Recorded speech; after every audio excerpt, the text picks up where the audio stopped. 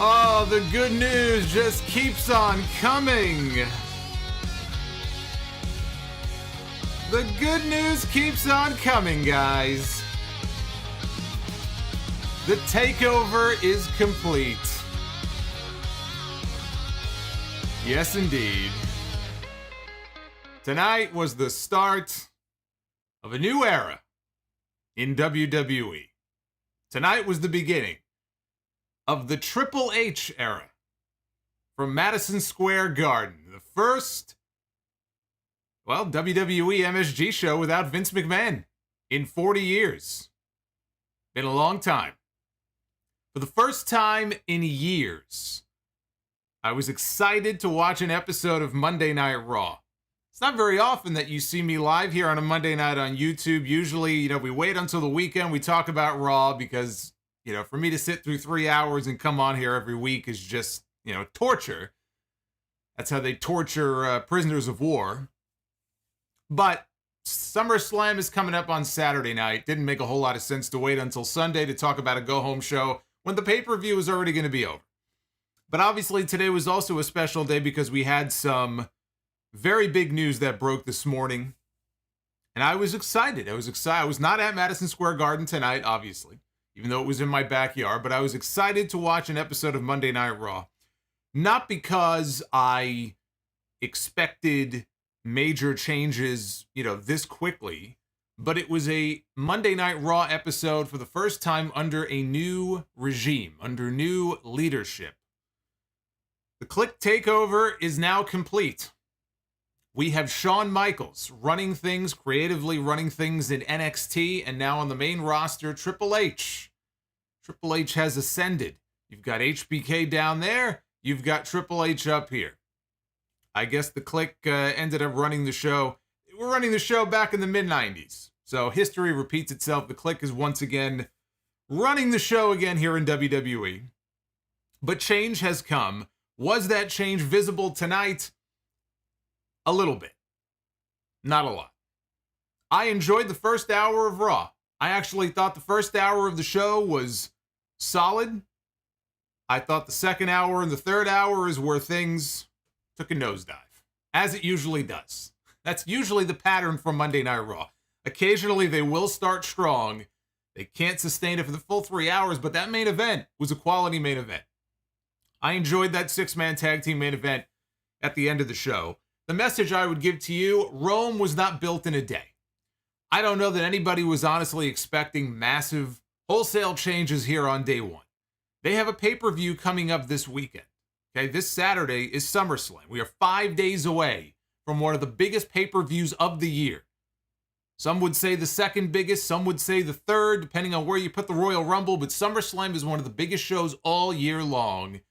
And we are 5 days away from that show. Nobody was expecting there to be major changes because they have a pay-per-view card that's already finalized. They only added one match to the show tonight. The SummerSlam card was already set.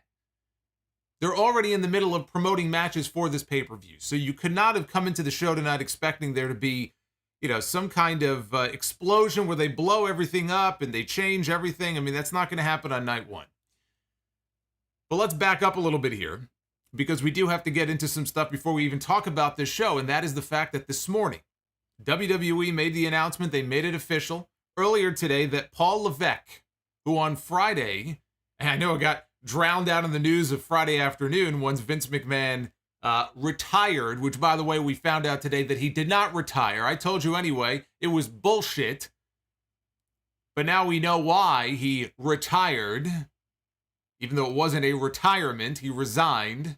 We'll get into that too. But that drowned out the news of Friday morning that Triple H was back in his old position as the head of talent relations in WWE. Bruce Prichard had been named interim head of talent relations when John Laurinaitis was placed on administrative leave. John Laurinaitis, as far as anybody knows, is still on administrative leave. John Laurinaitis will be on permanent administrative leave. So Triple H gets his old job back. It got completely overshadowed by the news about Vince McMahon. We come to find out this morning that not only is he the head of talent relations, but Triple H now adds the head of WWE Creative to his list of responsibilities. He has taken over for Vince, and very appropriate for somebody who used to run all these takeover events. He has now taken over the responsibilities that were formerly occupied by Vince McMahon. It's the role that for years, up until relatively recently, it was the role that it seemed like for years he was being groomed for. He used to sit in on production meetings back in the late 90s. So this guy has been getting ready for a very long time to be in a position like this. And for the longest time, it looked like that whenever Vince finally croaked, because he was never going to give it up, whenever Vince was gone, Triple H was going to be the one to get the keys to the kingdom, and he was going to ascend to the throne.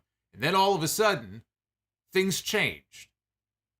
And it's amazing to think about how these events have unfolded. Here is a guy who went from being groomed as the heir apparent to seemingly falling out of favor with his father-in-law.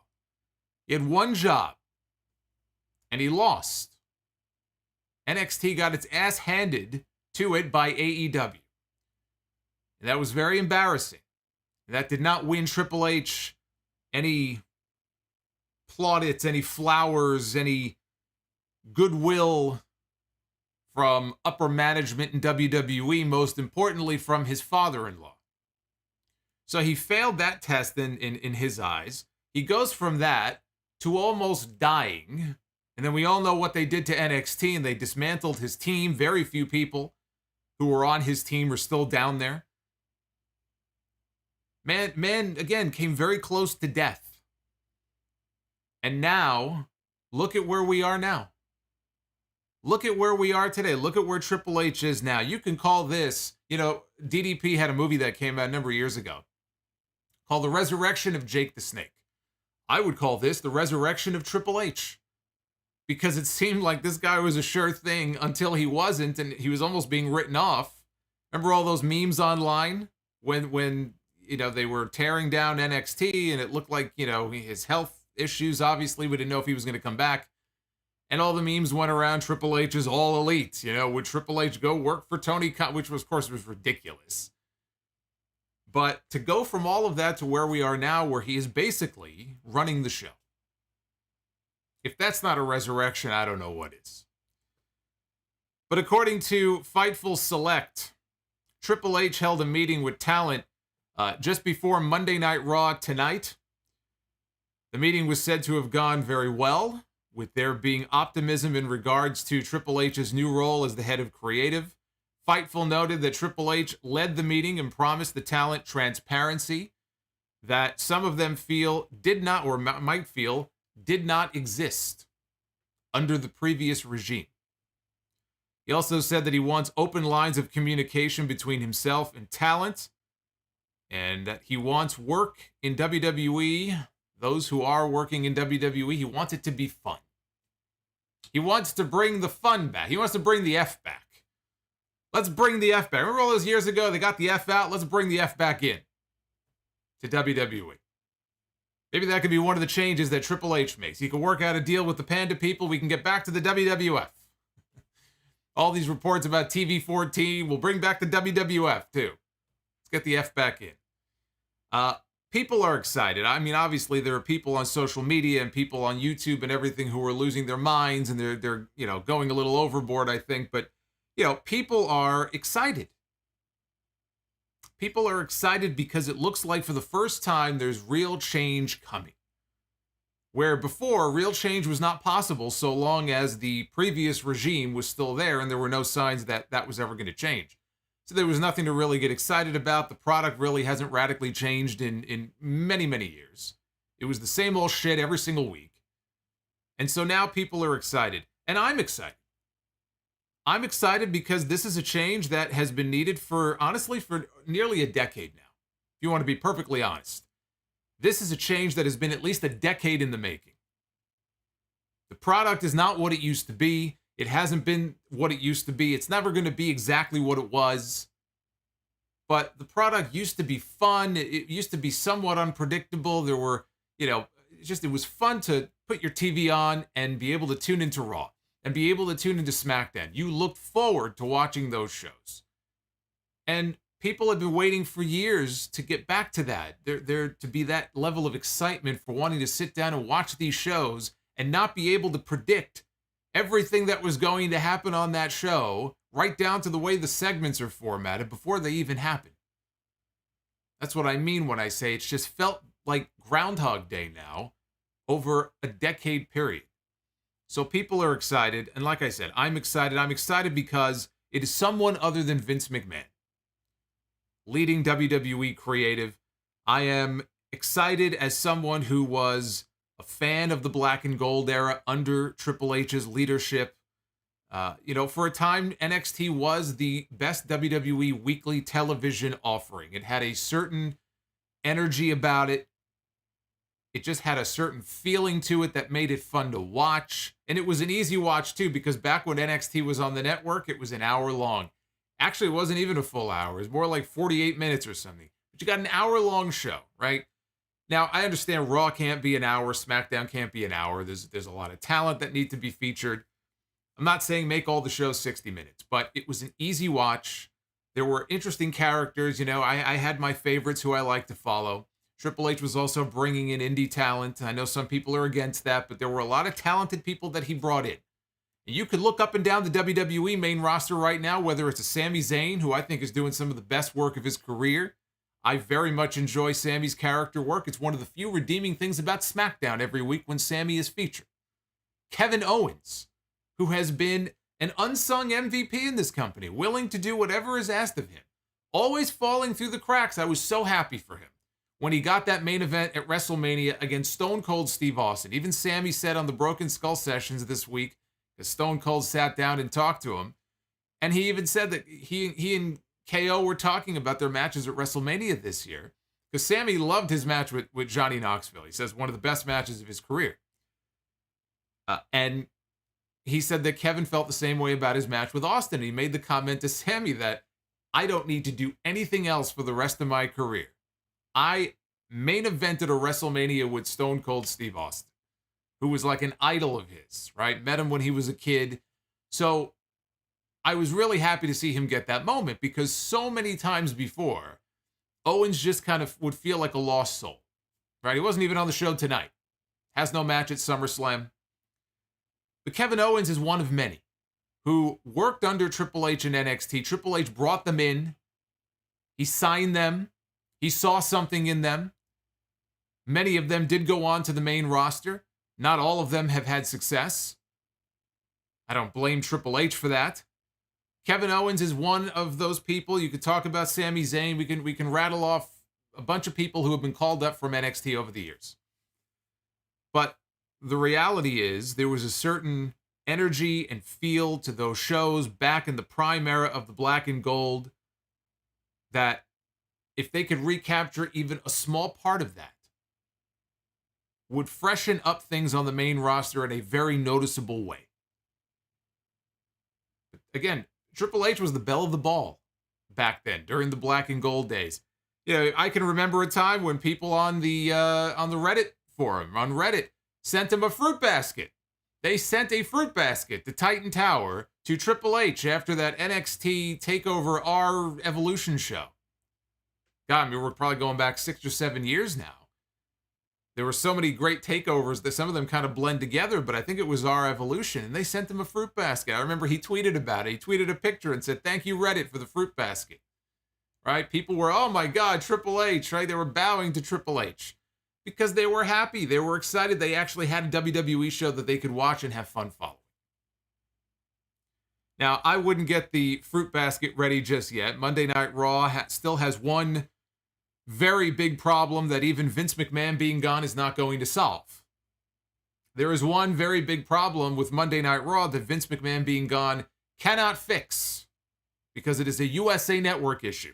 And that is the fact that Monday Night Raw is 3 hours every single week. This month, in fact, 10-year anniversary since Raw went permanently to 3 hours on a weekly basis. This show does not need to be 3 hours long.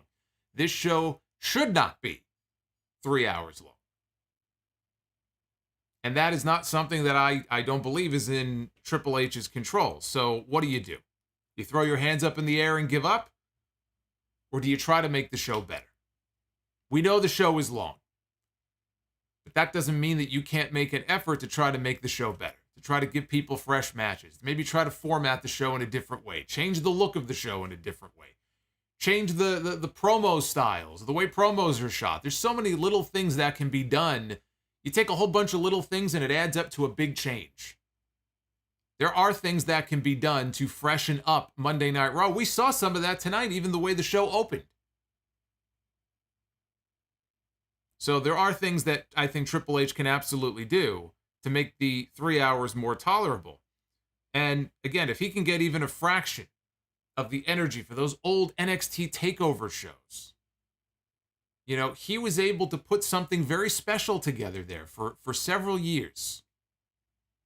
So yes, I am excited that maybe he could take a small part of that and apply that to the main roster, because Vince McMahon did his own thing. Vince McMahon was never going to do what Triple H did in NXT. Vince McMahon would be the first person to tell Triple H what you do there would not work in front of a mainstream audience here on the main roster. Why not? Why not? Triple H now is going to have an opportunity to I'm not saying fill the shows with indie guys, not what I'm saying. Triple H is going to have an opportunity now to test that theory out, and we'll see. We'll see if we start to see changes to the main roster shows that mirror the way that he was booking and the way that he was not even writing television, but just the way that he put together those shows. Maybe we can get more compelling stories. Maybe we can get more focus on the mid-card and focus on the mid-card titles. Maybe we can loosen the handcuffs a little more on promos. Maybe we can avoid 5,000 fucking rematches on television every single week. Wouldn't that be nice? Maybe we can stop ruining guys with crap gimmicks when they get called up. Max Dupree being the latest victim of that. Maybe we can put an end to that. Maybe we can put an end to the 24/7 title. Hey, you know what I didn't see on the show tonight? I didn't see the 24/7 crap belt. I don't need to see that belt ever again. I would love it if it just quietly faded away. That was one of the positives about the show tonight. No 24/7 stuff. No 24/7 geek parade running across my screen. Get rid of that too. I'm very hopeful about something else too. I'm very hopeful for the future when it comes to the NXT Call Ups. You know, getting called up to the main roster from NXT has been a death sentence for so many people. For every success story like a Bianca Belair, and there have been success stories. For every one of them, there's 2 or 3 people who have been called up, and look, you're going to have people who get called up who just aren't going to make it. There are baseball players who get called up. There are football players who get, you know, they get on the field, work, you know, playing for an NFL team, and they're just not good enough to make it. You know, they don't make the cut. Not everybody is going to make it and become a star, but there are plenty of people who should have had an opportunity and could have made it, who had their legs cut out from underneath them and never even had a shot. Because of one person who either didn't get them, looked at them and didn't see what the big deal was about them, gave them a gimmick that didn't fit them, and it killed them. There's lots of different reasons why people get called up from NXT, and they fail, and they don't succeed. So that's another thing that I'm excited for, because Triple H, I'm sure, used to have to bite his tongue when he would see that. I'm sure he would be watching this and just shaking his head, powerless to do anything about it. I've used the analogy before. It's like when you're in NXT, it's like someone nurturing a baby bird until they're healthy enough to fly on their own. And then what happens, right? They fly from NXT, they fly to Raw, they fly to SmackDown, and they fly right into a fucking wall. It's happened countless times. The fact that Triple H's best friend is running NXT now, right? They're both, like, Triple H is here, Shawn Michaels is running things down there. That gives me a lot of hope. That gives me a lot of hope that Triple H is not going to do what Vince McMahon did. Triple H is not going to call people up, call these men and women up from NXT and ruin them. He's not going to call them up unless there's a plan for them. Those were his words many years ago. I don't want to call people up. I don't want to send people from NXT unless there's a plan for them. There should be a 6-month plan for what we're going to do with these people. Otherwise, what are you calling them up for if you don't know what to do with them, right? Well, now Triple H is going to be able to put his money where his mouth is. And my hope is that when people get called up, they have a plan for them. And they don't give up on them. They devote a lot of time, right, to promoting these people and putting them on television down there and helping them craft their characters. They spend years on some of these people. There are people who spend years in developmental. Tyler Breeze, when he was in the company, he was in developmental for 5 years. This was it for him. He was on his last legs, his last gimmick. And actually, with Triple H's help, they were able to come up with this character, and that was it. He was off to the races, and he ended up spending years in the company. So you're gonna devote all of this time and effort into these people just to call them up and then drop the axe. It never really made any sense to me. But Vince McMahon never gave two shits about NXT. It wasn't his. He didn't create it. It wasn't his baby. He didn't get it. He didn't watch it. He didn't follow it. You think he sat there watching NXT every week? It wasn't his. He had no personal stake in it. He had no personal attachment to it the way that Triple H did, because Triple H is the one who was in charge of that whole developmental system from the moment the doors of the Performance Center opened. That's a very big difference now from where we were before. That gives me hope. That maybe I won't have to shake my head when I hear that somebody else is about to get called up from NXT. Maybe I won't write them off before they even make the trip up. If I tell you what, if I worked in NXT, if I was down there, I'd be throwing a fucking party at the PC. I would be throwing a fucking party down there. They should be ecstatic right now. They are the ones who should be the happiest about this news. Are the people who are currently working down there, hoping to one day get the call up to Raw and SmackDown, because the chances of them finding success just increased tenfold. And now maybe it won't feel like a waste of time if you do watch NXT, and not as many people watch NXT as they used to. But if you do, maybe now you won't necessarily have to sit there and feel like, what am I doing wasting my time, because none of this is going to matter, right? Maybe now it'll matter. Yeah, I'm also reminded as I'm talking about the difference between Vince McMahon and Triple H, and I'll throw one more example out there, and it's just one example. But Triple H has always struck me, and the stories about Triple H have always struck me. He's a wrestling guy.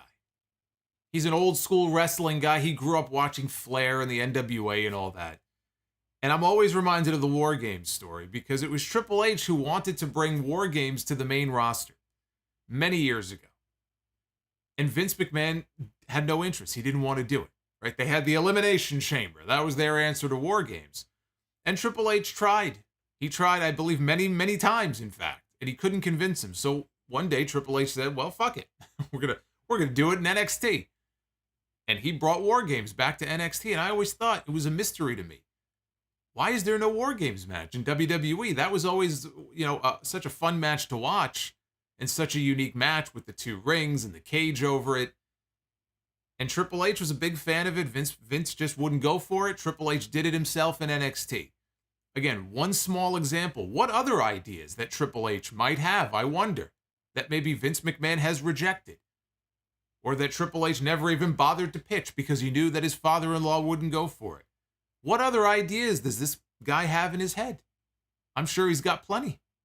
Just like you and I and all the viewers, right? We watch these shows every week. We have our own ideas of what we'd like to see. I'm sure Triple H has his own ideas. I get the sense that Triple H's ideas might jive more with people like you and me, because we're wrestling fans. And a lot of you are old school wrestling fans who have been watching this now for 30, 40 years, 50 years in some cases. I tend to think that your vision and my vision, our vision, probably mirrors more of Triple H's vision than Vince McMahon. That gives me hope as well. Now, Bruce Prichard is a name that's been popping up all day long. I saw Bruce Prichard and Kevin Dunn. They have been trending over the course of this weekend. I don't think I've ever seen Kevin Dunn trending on Twitter before. And there it was. There was his name, and I got really excited because I thought, oh boy, maybe he resigned, or maybe he got shit canned. And it was just people talking about him because they're so excited about the possibility that Kevin Dunn, who is responsible for the production of this show every single week, might no longer be there. Well, before I get to him, let's talk about Bruce. Per Fightful Select, Bruce Prichard will remain with the company. He will remain for the time being as part of WWE Creative. He had been the lead of the creative team, with Vince McMahon having final say on everything. So basically, he was the one answering to Vince McMahon. So Bruce is now going to be reporting to Triple H instead of Vince. And he will remain as part of creative for the time being. Not surprising, Bruce Prichard has been back in the company now for a couple of years and has, been given a lot of responsibilities. It's not a situation where you can just get rid of the guy, right? He's been working there for a while. He's ingrained in the system. They gave him a lot of responsibilities. And so I would expect that he'll be part of that team for a period of time. Do I see Bruce Prichard, though, being part of this team long term? I don't, because Bruce Prichard was and always will be a Vince McMahon guy. And that is not what Triple H needs around him right now. Triple H needs Triple H guys. Stephanie needs her own people. Stephanie had her own people. Stephanie had people around her, and they fired her entire team many months ago. That's what makes this whole thing so unbelievable to me. Because it was such a foregone conclusion that one day it was going to be Triple H and Stephanie running the show, and then it just seemed like things changed. And Triple H, I talked about his team. Stephanie had a team around her as well in the tower, and most or all of those people got fired many months ago. And then she took her own leave of absence from the company, which lasted all of 3 or 4 weeks, and then she was back. But Stephanie needs her own people. Triple H needs his own people. Vince had all of his yes men around him. I don't think yes men are a good thing. If I were in that position, I don't want people who are just going to say yes to everything I say. I want to surround myself with smart, capable people who can do the job. Yes, we might be like-minded in many ways, but they're also willing to challenge me on certain things. That's what makes a good team. Vince McMahon had all of these corporate stooges and all these yes men, whether it was people like Laurinaitis or Prichard and some of the other agents and people who have worked for him over the years in his inner circle. All these yes men, that's exactly what we don't need. That's what we need less of. Triple H needs his own people. Bruce Prichard is not a Triple H person. He has worked for Vince McMahon now on and off for the better part of 3 decades plus, or close to it. I guess he missed about a decade after he got fired the last time. That is not what Triple H needs. So he'll stick around for a while, and hopefully in due time he'll be phased out. A USA Network source called this an exciting change. That was also in the Fightful report. And interestingly, you don't need Fightful to tell you that, because USA Network actually posted a story about the change on their own website. Nice big headline, big photo of Triple H. So it's pretty clear that USA Network is excited about the move. So that's a good sign, I would say, for the future. You don't know what the future holds, but I think there is a lot of reason for optimism. I'll tell you one person who is not excited about any of this. USA might be excited. I might be excited. You might be excited. You know who isn't excited? Kevin Dunn. You know why? Because he's done. That's why. Dunn is done. It's only a matter of time. I'm sure he was in the truck tonight, working as he usually does. I hope he enjoys it. I hope he enjoys himself. He must really love his job to be there for so long, right? All the job security that he's enjoyed over the years, I'm sure he must love it. I hope he enjoys these final days and weeks. I said it on the podcast yesterday. Pack a bag. I will happily buy you the Greyhound ticket to send you on your way. Another one of those stooges who does not need to be there anymore. A Vince McMahon guy. And the story on him for years. And this is going back years. Again, when people assumed that Triple H and Stephanie would take over one day, they said he is not a favorite of Triple H and Stephanie. Kevin Dunn is most definitely not a Triple H guy. And the belief has always been that when the day finally came that Triple H took over, Kevin Dunn would basically be a dead man walking. And that's exactly what he is right now. Kevin Dunn is a dead man walking in WWE, and I love it.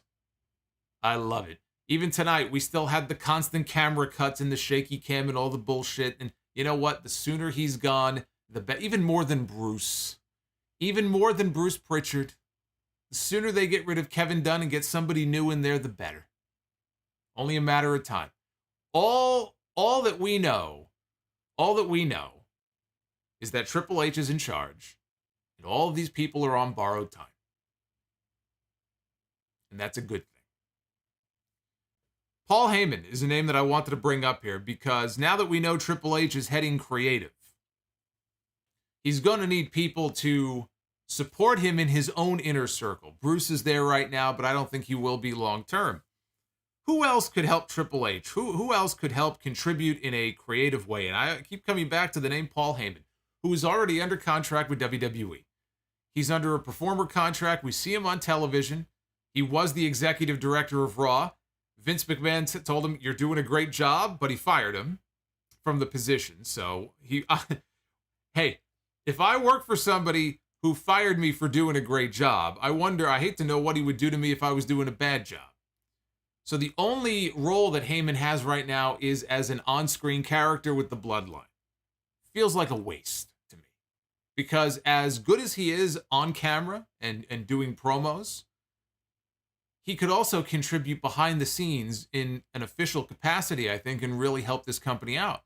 So now I come back to creative. There has to be a role. There has to be a creative role in some way on this, in this company for Paul Heyman. And I think Paul Heyman working together with Triple H or working under Triple H and contributing in some way to the overall team is exactly what this company needs. You already have him as a natural resource. He's already there. Tap into that resource, take advantage of it, because even when he was the executive director of Raw, we heard about how he's really, kind of laser focused on trying to get some of these newer faces over, some of these newer talents, and he was a big fan of certain people. And I remember the Street Profits, he was a big fan of theirs. I definitely think he should have a role in this. Triple H, I think, would be a fool not to tap into that in some way. So hopefully he'll get involved there. Interestingly, Wade Keller on the Pro Wrestling Torch site had a story about this because people were wondering, well, what's the relationship with Paul Heyman and Stephanie McMahon? You go back 20 years, Stephanie was no fan of Heyman's. We can get into the stories about what happened when Heyman would eavesdrop on certain conference calls. That was when the brands were very competitive. That was the beginning of the brand split with Raw and SmackDown. Heyman was writing for SmackDown. There's stories of him, being on a conference call, I think with Stephanie or whoever. And then everybody hangs up and he doesn't hang up. He puts his thing on mute and he's eavesdropping and stuff. So there was a lot of animosity there. And Stephanie was not very fond of Heyman and his antics back in the day. Well, Heyman now, 20 years have gone by. Everybody is older. Everybody has matured. Heyman now, he's a family man, right? He's a lot older. And according to the Torch, the belief, the story, is that he and Stephanie actually get along really well. They're very friendly with each other, and they get along very well these days. So there's no bad blood or animosity there or anything like that. So I think Triple H and Heyman, in a creative capacity, is a winning combination. You also have to prepare for the future. And I don't know how many writers they currently have on staff, probably too many. But they have writers, they have younger people, right, writing for them, I would assume. Working under somebody like Paul Heyman, like Gabe Sapolsky did. He was an understudy of Heyman's back in the original ECW. They should also be working to try to get some of these people primed and ready to step into that role years from now, 3 years from now, 5 years from now. Paul Heyman is not going to be around forever. Triple H is not going to be around forever. What happens when they leave? Or what happens? Triple H almost died last year. God forbid, what if something happens? You got to get some newer, younger blood in there too. So that's something else that they should be doing as well, is really training and preparing some of these other writers to maybe step in and become the head writer one day. And, I'm sure they must have some creative minds who work for that company who could really assist in that way. So I I think training and preparing someone for the future is something that they should also consider, and also consider how the writing team must feel. How do you think they feel whenever they would write a television show and then watch it be blown up and rewritten by the Irish madmen a few hours before the show went live on TV? This was a constant issue. They would spend their entire weekend putting this show together. They'd have a script. Vince McMahon doesn't like something about it. He blows the whole thing up. He goes in a room by himself and he rewrites the entire thing 2 hours before they go on the air. No more. The days of reading these reports about Vince McMahon ripping up the Raw script, hopefully now, are over. And if you're a writer for this company, you have to be fucking ecstatic. They're not just throwing a party at the PC down in Orlando. They're throwing a fucking party in the writer's room right now. If these stories are to be believed, how could they not? Or they would write things they thought that Vince McMahon liked, even if they knew it was shit. How many good ideas never even make it on TV?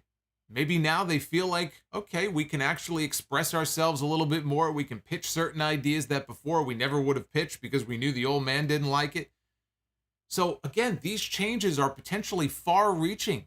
When people say, well, what's really going to change? You gotta really break it down to think about how this affects all of these different audiences, the NXT Call Ups, the writers. Like, there's so many different groups that are going to be affected by Vince being gone and Triple H being in power. That's what makes it exciting. To think about how things might improve in that way. But there are also, potential negatives. It's not just, oh, everything is great now, right? Everything's going to be perfect. WWE is going to go into another boom period. Like, no, nobody is saying that. There are potential negatives here. The competition I mentioned between NXT and AEW. The fans chose AEW over NXT. Triple H lost that war. He lost that battle. He lost that skirmish. Whatever word you want to use. Some people don't even consider it a war. Whatever fucking word you want to use, right? He was embarrassed by this startup company that didn't even exist before. He had spent years building up the black and gold, right? We are NXT. And they lost in the head-to-head with AEW. The audience chose Tony Khan's product over his. And I think part of the problem with NXT was the show really started to fall off when they went to 2 hours. They expanded the show to 2 hours. And they put the show on USA Network, and now you have all the commercial breaks, and the show is formatted differently, and they made it look more like the main roster. And that's not what people liked about NXT. It was different enough that it didn't look like Raw, and it didn't feel like SmackDown. And when it went to USA, all of that changed. And the show at that point just really wasn't the same anymore. Well, now Triple H is going to have 3 hours of television every Monday night to put together, in addition to 2 hours on Friday nights, right? And we still don't know what influence he might have over NXT. So you might even want to throw the Tuesday night show in there. But he's going to have a lot more television now that he's going to be responsible for. I think things are going to improve, but how much? There's no guarantee he's going to be able to book things the way that he did on the main roster. Maybe he's been brainwashed into thinking that the Vince McMahon way is the way to go. I doubt that, but again, it's possible. It's possible that we may not see a lot of those changes that some of us are hoping for. And then also, the elephant in the room, his health issues cannot be ignored. This is a man who came very close to death. This is a man who has a lot of new hardware sitting in his chest that he did not have a year ago. He's already been named the head of talent relations. He's assisting with these next in line programs. They're trying to recruit athletes from other sports, right? So he's doing all of this stuff. And now you dump this in his lap. The biggest possible position that you could give to him, he now has. In addition to everything else, what impact is that going to have potentially on his health? Can he handle all of this? Is this actually a negative thing for him? So that has to be considered as well. I mean, think about it. That would be a lot for a totally healthy person to do, let alone somebody who went through all the shit that he went through. I also don't think it's very smart, frankly, to have the same person running creative also running talent relations. That would seem to me like it would be a very awkward thing, I think, for the talent, because the person now who is going to be running and handling your career and the storylines and your character and how much television time you get and how you're portrayed and booked on television is now the same person that you would report to for all of these other kind of behind the scenes talent issues. I think it just makes things potentially awkward. And when Bruce Prichard was named as the interim head of talent relations a few weeks ago, there were reports that came out that there were a lot of talent who maybe they're not big Bruce Prichard fans, but their concern more was, wait a minute, this guy now is not just running the creative end of things, but now he's also responsible for talent relations.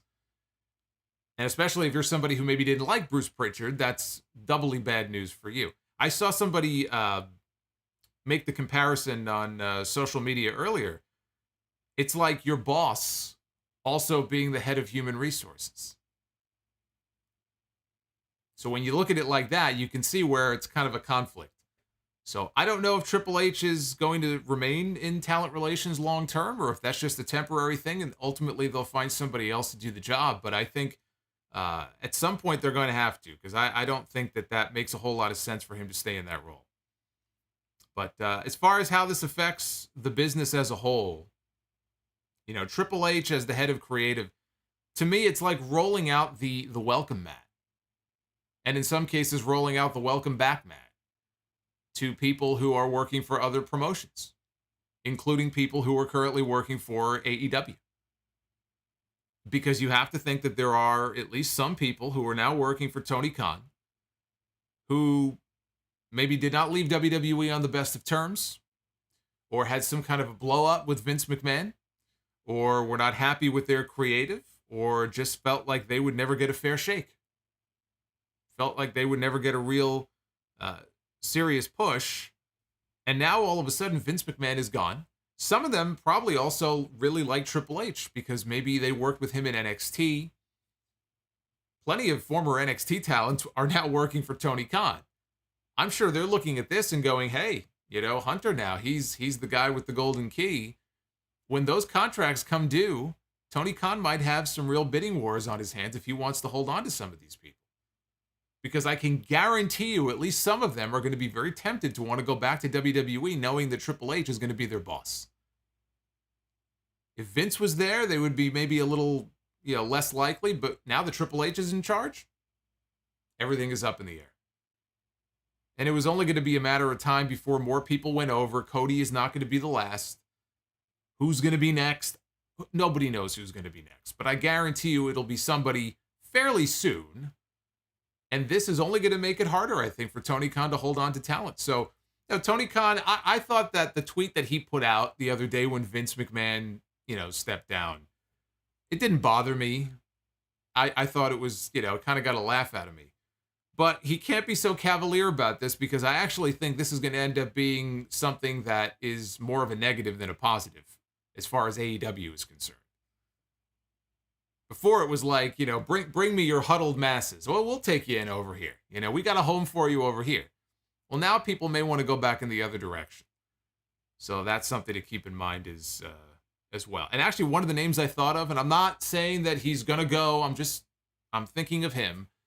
It made me think of Darby Allin. Because Darby Allin has been adamant, I'll never work for WWE. And, you know, I think he had a tryout once, and I don't think it went well. But he made the comment when he first signed with AEW, he made a comment to the effect of, I don't want to end up as just another 205 Live guy. And that's what I'm going to be if I go to WWE.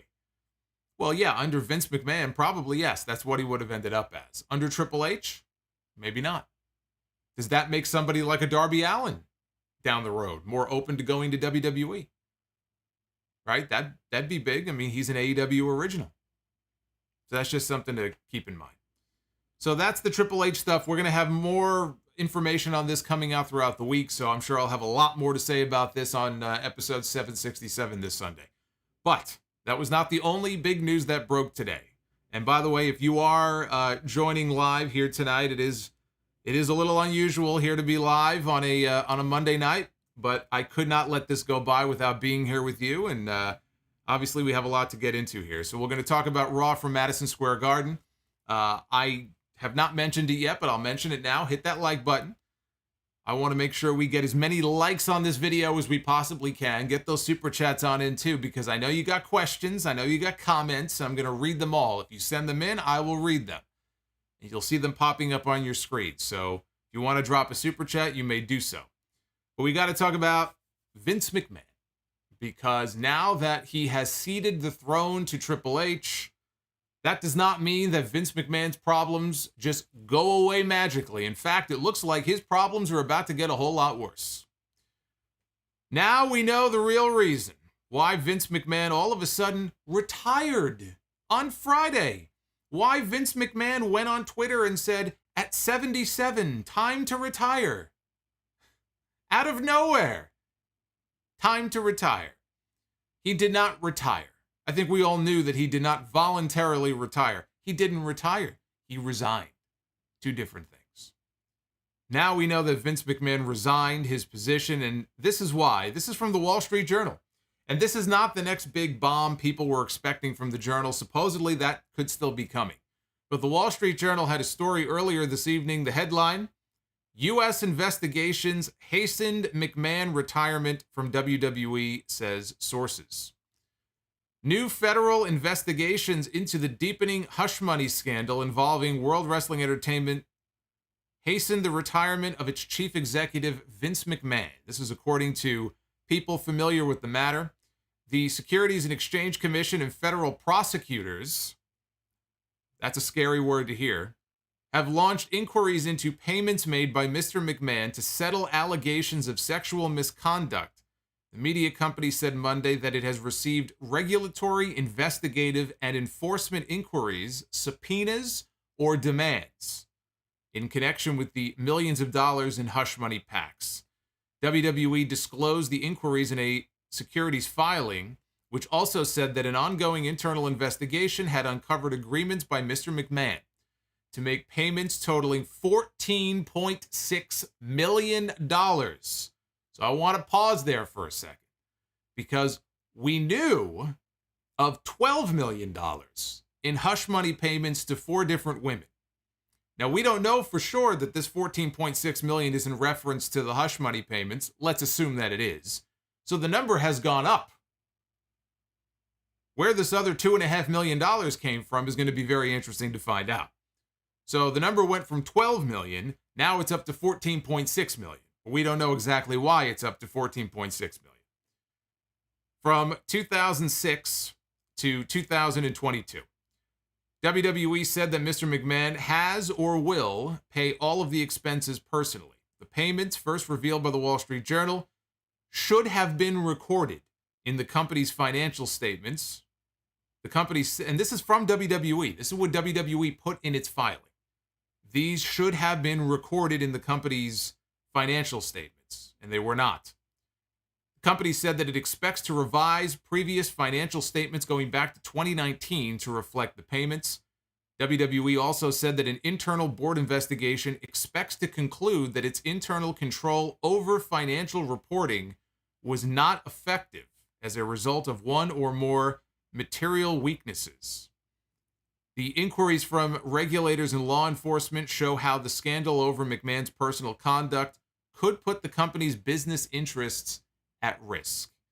So all the people who were asking me, what's the big deal?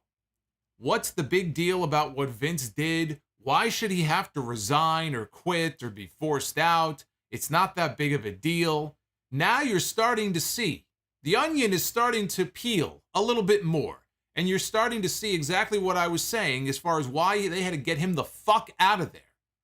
Or he had to do the right thing for the sake of his company and step aside, which is what I thought he ended up doing. Of course, now we realize the real reason why he decided to go away, because he knew this was coming. But now you see why. Forget him for a second. The longer he stayed with this company and the longer he stayed on in the role that he was in, he was toxic. He was toxic for his company. And at some point, maybe right now, Fox and NBC, they're comfortable with this. But at some point, as this thing deepens and gets worse, maybe they're not. Maybe Mattel or some of these other companies and network partners, they get a little skittish and they don't want to have anything to do with this company now. They want to take a step back and say, you know what, maybe we shouldn't be doing business with these people. If they can't get their own house in order, we don't want this to blow back on us. You know what, it's a bad look for us. Maybe we're going to step aside. Or at the end of our deal, maybe we'll part ways.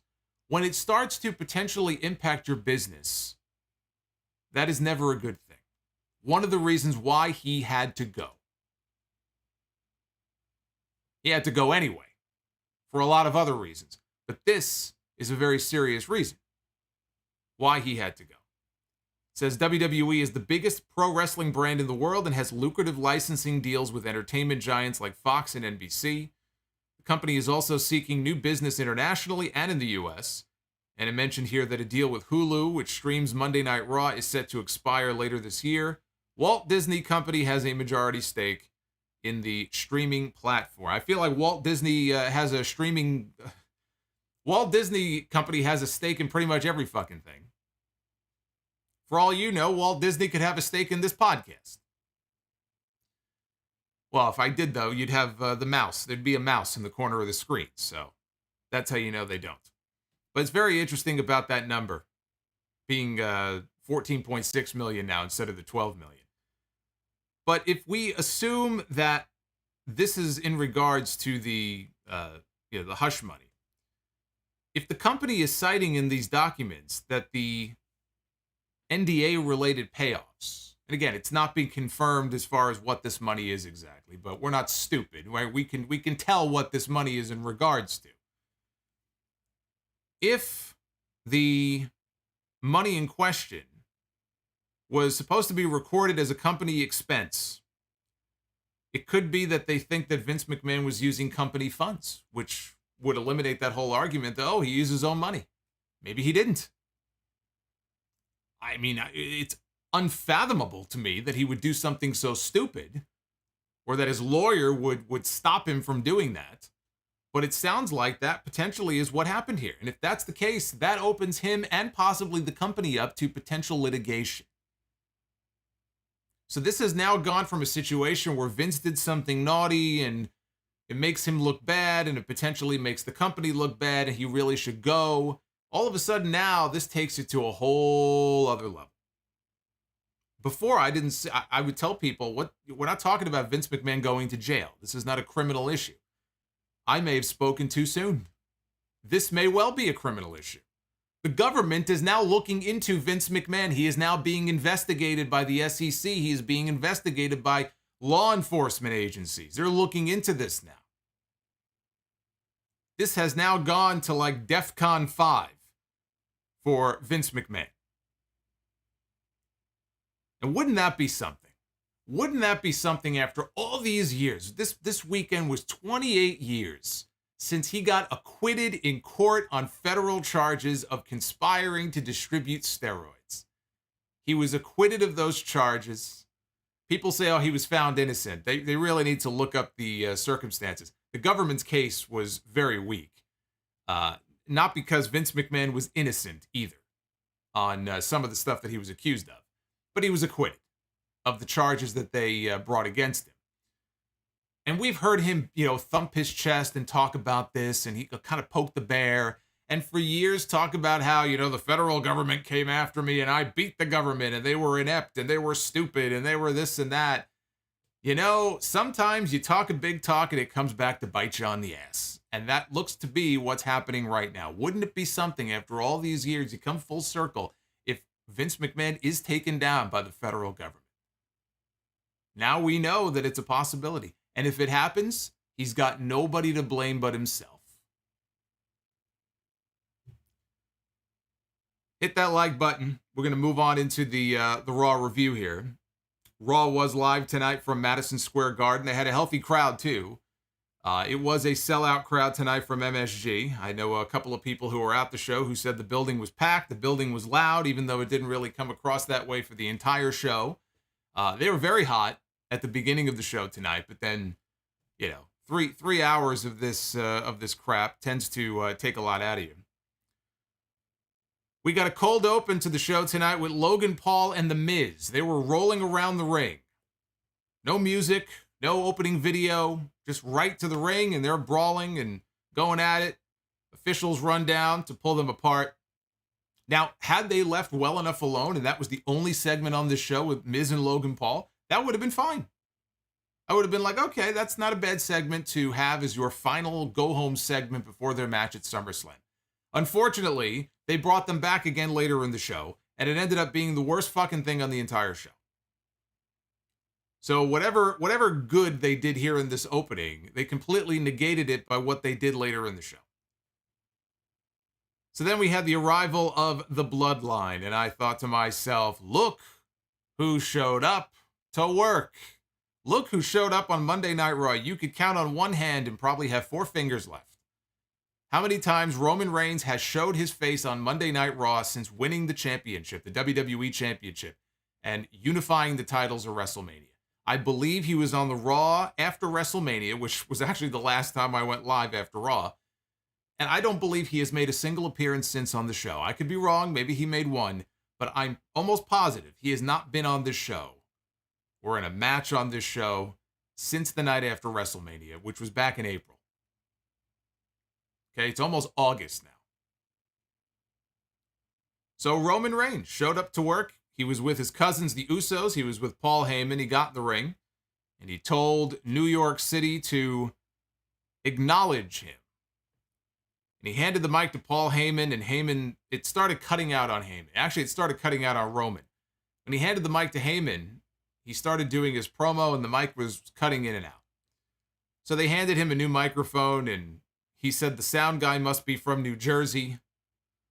And he wanted the sound guy's name and said that he would be the next one out the door. Heyman said Sunday would mark 700 days of Roman Reigns as the champion, but he knew that Brock Lesnar wanted to end Roman's party. And Heyman noted that Brock Lesnar ended Randy Couture when he was on top in the UFC. Brock ended The Undertaker's WrestleMania streak. Took John Cena to Suplex City at SummerSlam when he was at his peak. He mentioned famous rivalries like the Red Sox and the Yankees, Hulk Hogan and Randy Savage, Stone Cold and The Rock, Vince McMahon and the fans, Vince McMahon and the federal government. We can go on. So he mentioned all these rivalries. He said we would no longer be thinking about Brock Lesnar alongside Roman's name anymore after Saturday. It was time for Brock to go back to Saskatchewan to slaughter hogs. And in their final match, they really, even the announcers, they drove home the point on this show that this is going to be the last ever match, the final time ever that Roman Reigns and Brock Lesnar would step into the ring together. And I believe that about as much as I believe that Ric Flair is going to wrestle his final match this Sunday. The only thing is that we don't know what Brock Lesnar's contractual status is going to be beyond SummerSlam. Because I doubt that Brock is winning any championships on Saturday.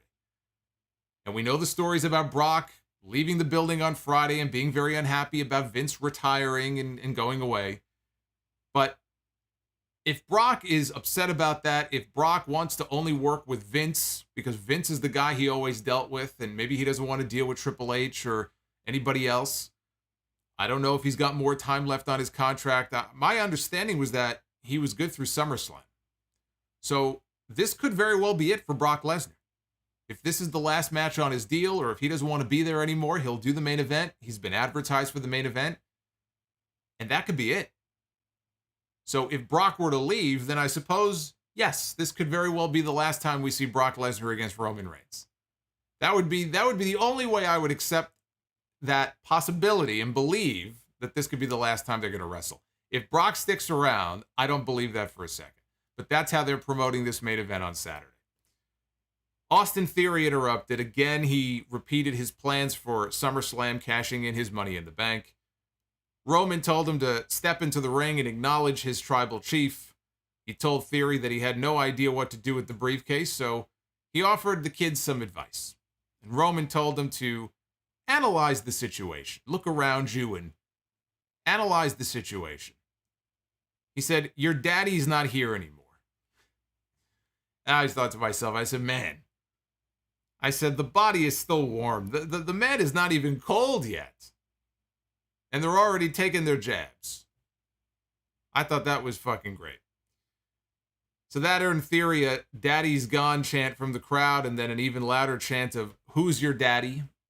And Roman said that if he keeps messing up, he's going to be his daddy. Roman said that he runs the Garden now, and he went to go leave.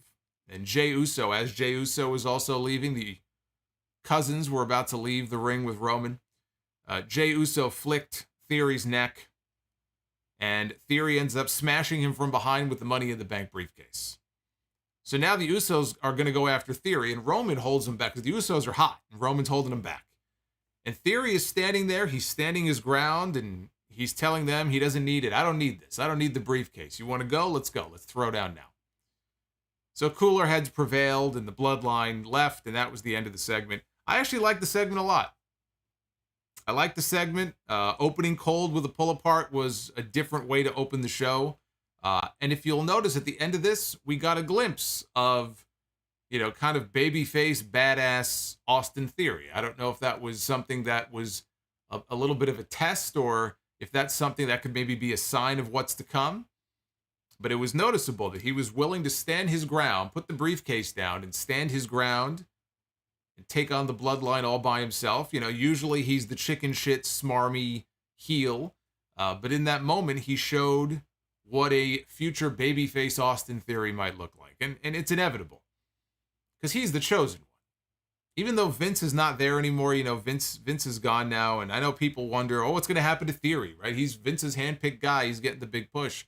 He's going to be just fine, because he's got people in that company who are big fans of his beyond Vince McMahon. Triple H is probably a fan of him. I'm trying to think if it might have been Triple H who signed him, in fact. So I'm sure Triple H is a fan of his too. So just because Vince is gone does not mean that the Theory push is going to come to an end. I think they're very high on him, which was very obvious here, because the entire first hour, the first 50 minutes of the show, was basically the Austin Theory show. Because he wasn't just in the opening segment. It went beyond that. He was in like 3 or 4 segments throughout the entire first hour of this show. When we came back, Theory was still in the ring, and actually he got the full introduction by Mike Rome.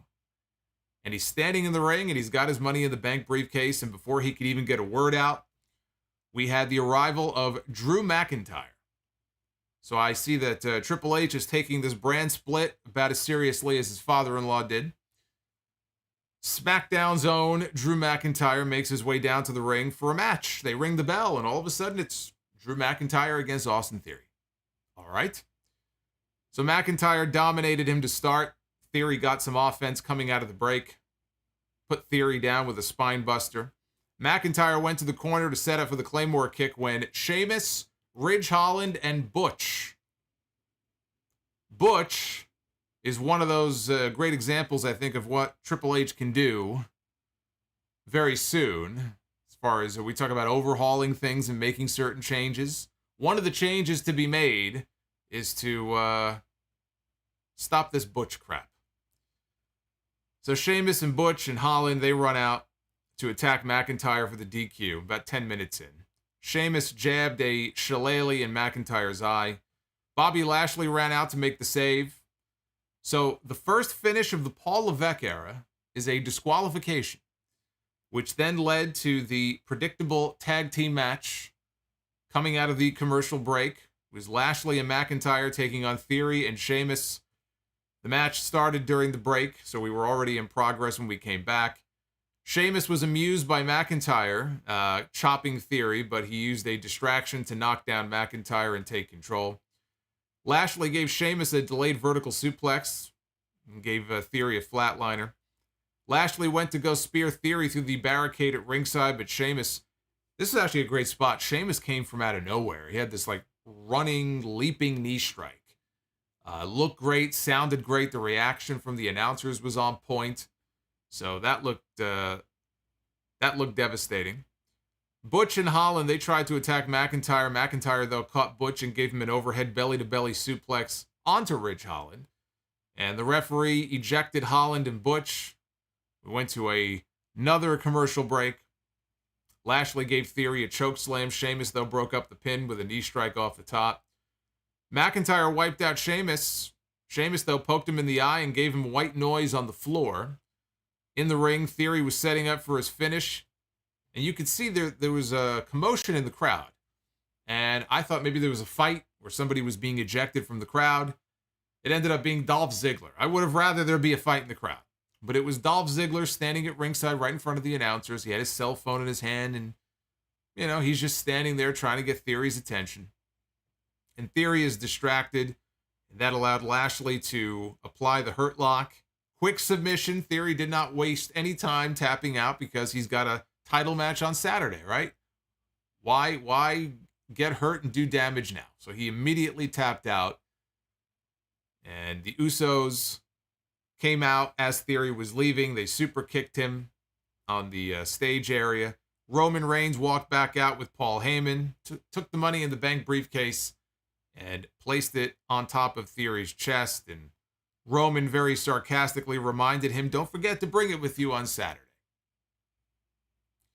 So the entire first hour of the show was basically built around Austin Theory, and he continues to lose. Austin Theory is now 0 for 6 since winning Money in the Bank, which was the beginning of this month. So in the month of July, Austin Theory is 0 for 6. And that's their MO when it comes to the briefcase. A lot of the Money in the Bank winners, not all of them, but a good chunk of them, end up going on these losing streaks. They end up being beaten like a drum over and over and over again because the idea is, well, they've got the briefcase, so it doesn't matter. We could beat them. Especially if they're going to cash in and win the championship. They'll win the championship and all this will be forgotten. Well, maybe, but you also look at it the other way and say that you have somebody who is a fucking loser who can't win a match to save their life, and then you put your world heavyweight title on them. Congratulations. Now you have a loser as your world champion. That's the way I look at it. But they've done this shit for years. So they keep beating him and beating him and beating him. So what they did is show you that Theory can go. I think that was the whole point of this. They wanted you to see that, you know, because Theory was out there, he was working, and again, he was all over the place in that first hour, and he can work. Theory can go. It's not just, oh, he looks a certain way or he can talk or whatever. Like, he can work. Anybody who saw him on the indies knows he can work. So this was, I think, a demonstration of what he can do in the ring, because he got a lot of ring time here in this first hour.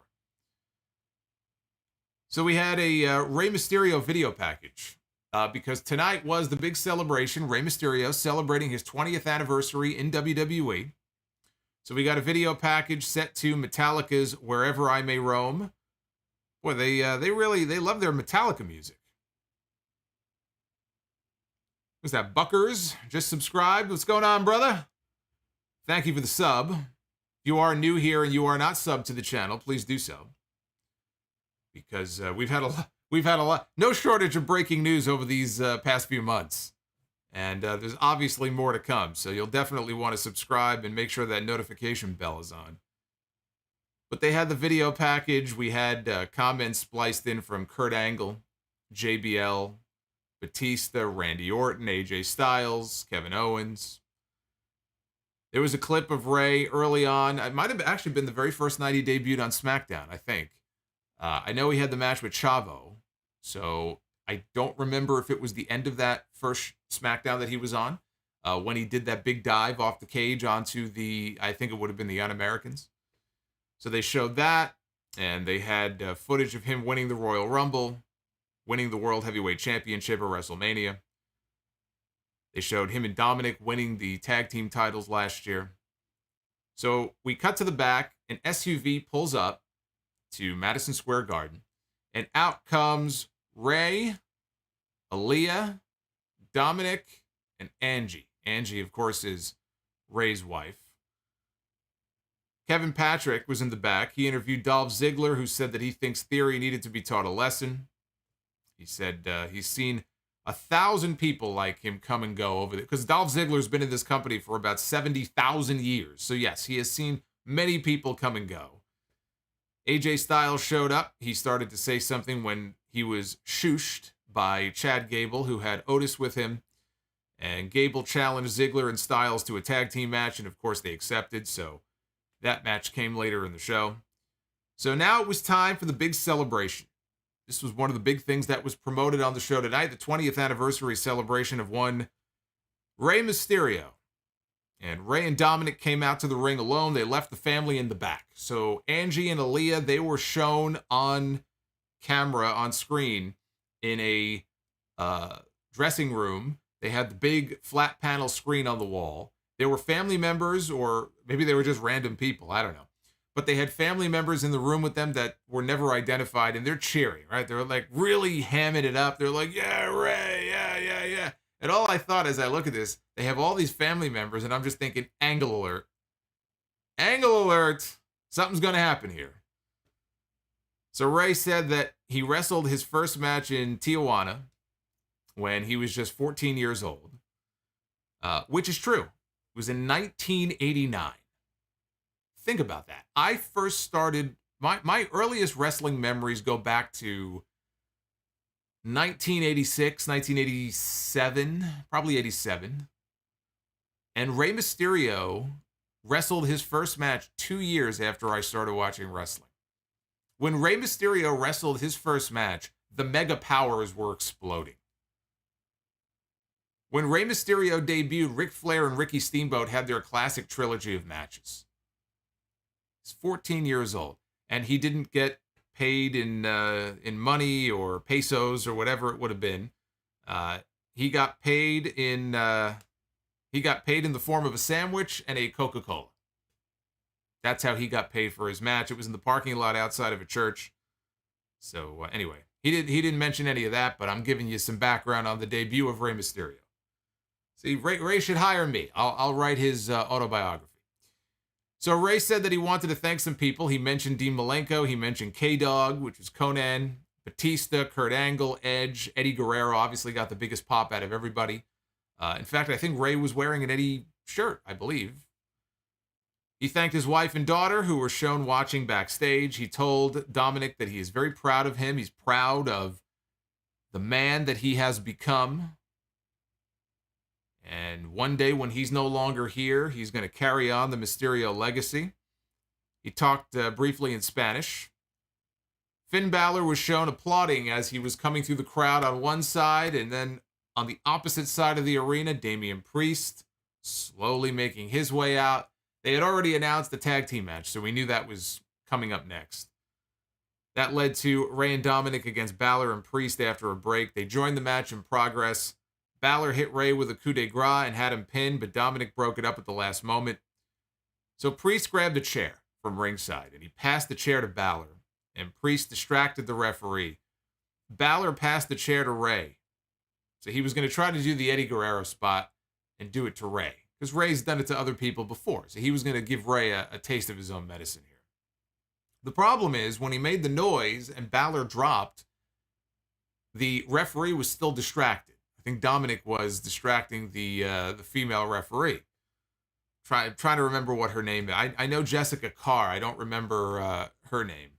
I think she's still relatively new to the main roster, but I know she was working in NXT for a while. I think it's Leon Ruff, his wife. So anyway, she was being distracted.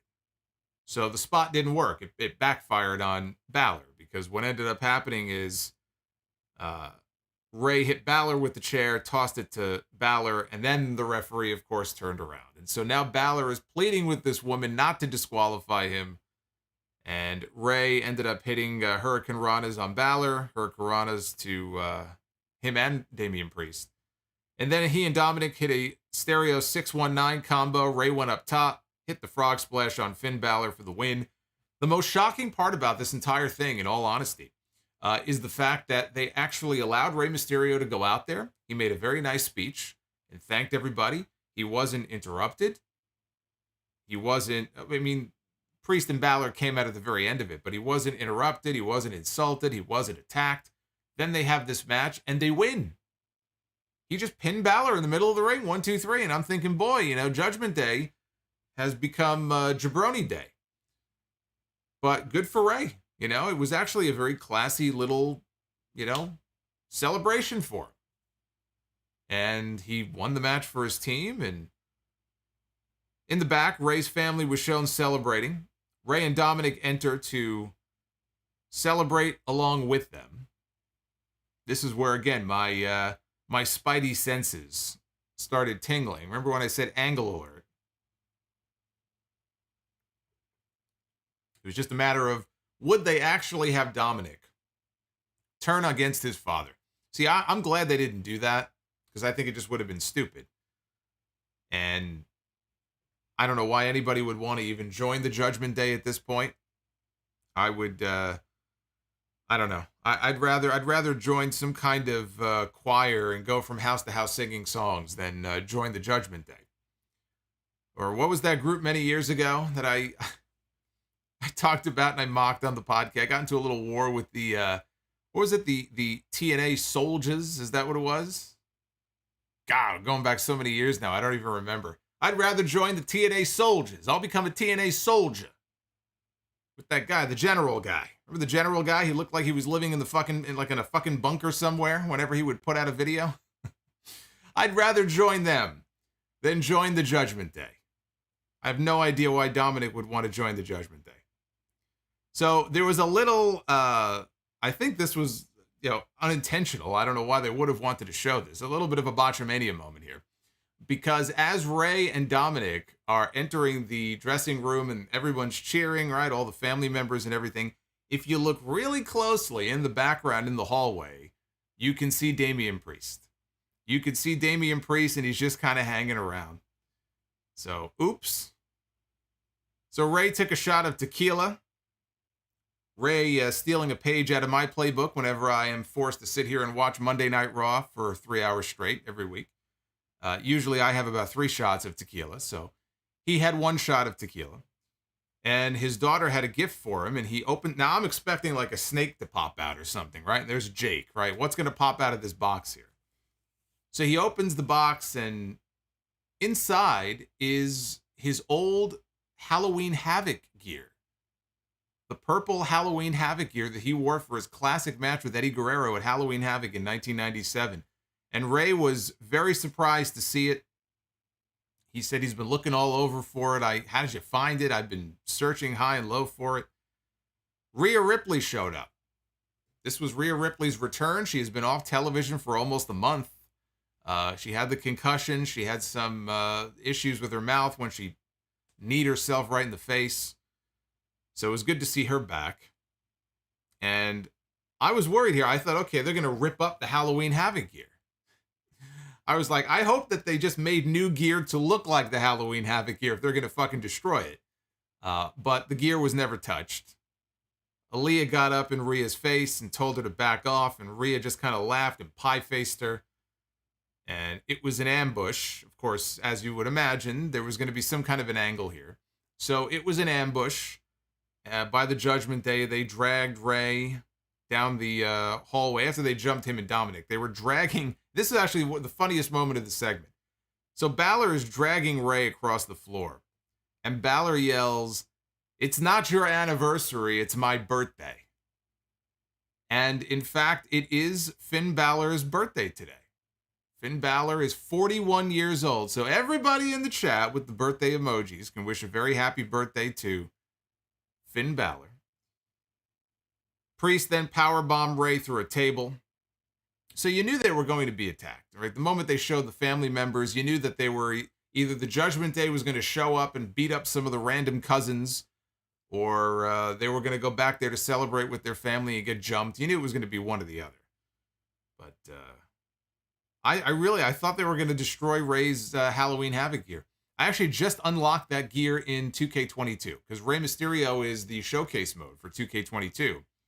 And I just recently completed that mission, or whatever you want to call it, and unlocked the Halloween Havoc gear from 97. Which is probably still the best gear that Rey's ever worn in one of the best matches that he's ever been in.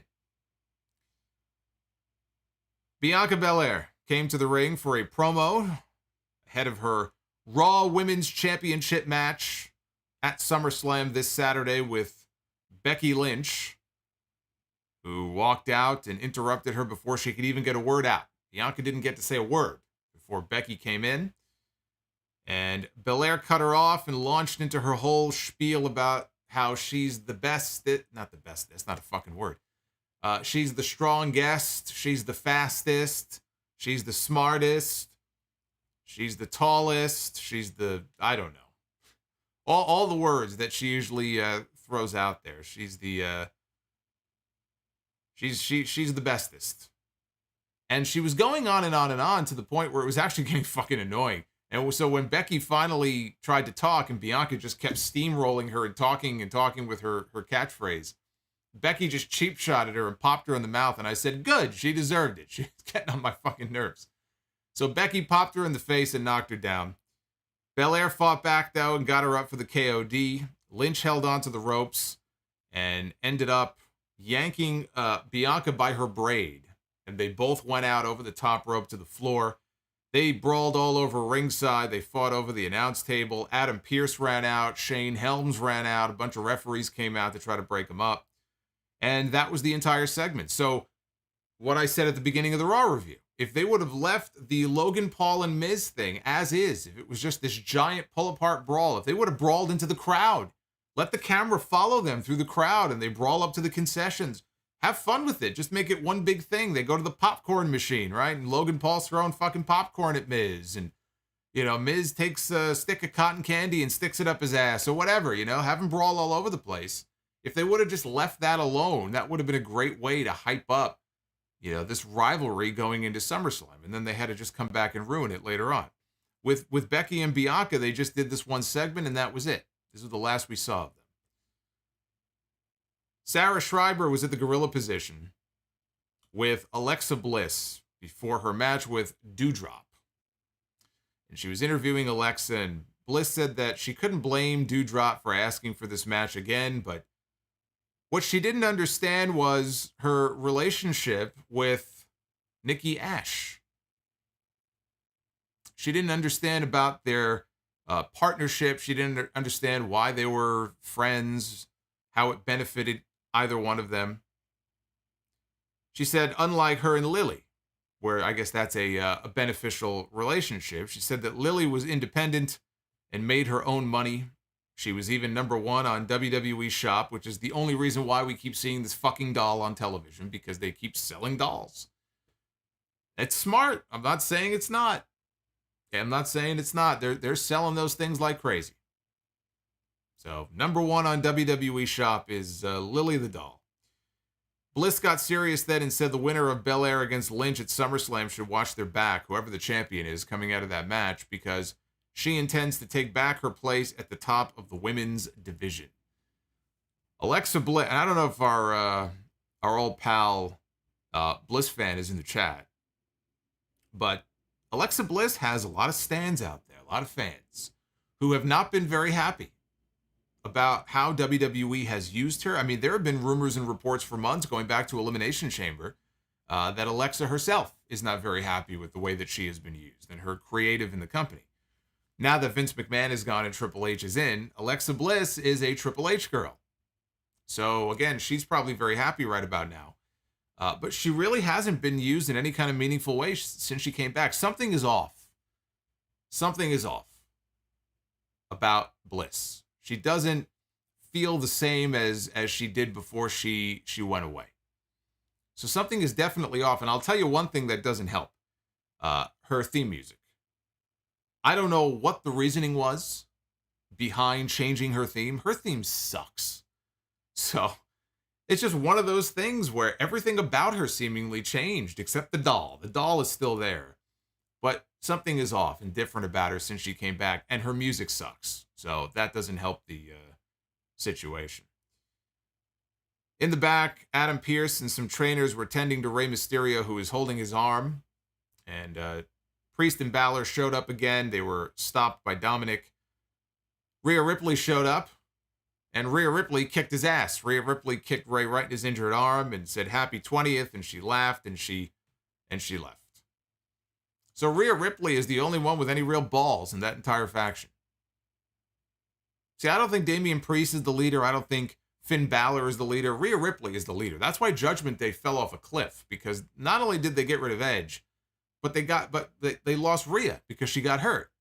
Rhea Ripley very likely would be the Raw Women's Champion now, or winning the Raw Women's Championship at SummerSlam this Saturday, because that was going to be the match at Money in the Bank originally. So they lost their true leader. Now they have their leader back. It's good to see Rhea Ripley back on TV. So we had the match here. It's Alexa Bliss against Doudrop. Nikki Ash grabbed the Lily doll. Doudrop used the distraction to catch Bliss with a jumping body splash, which is the same move that she used to beat her last week for the 24/7 title. But Bliss kicked out this time.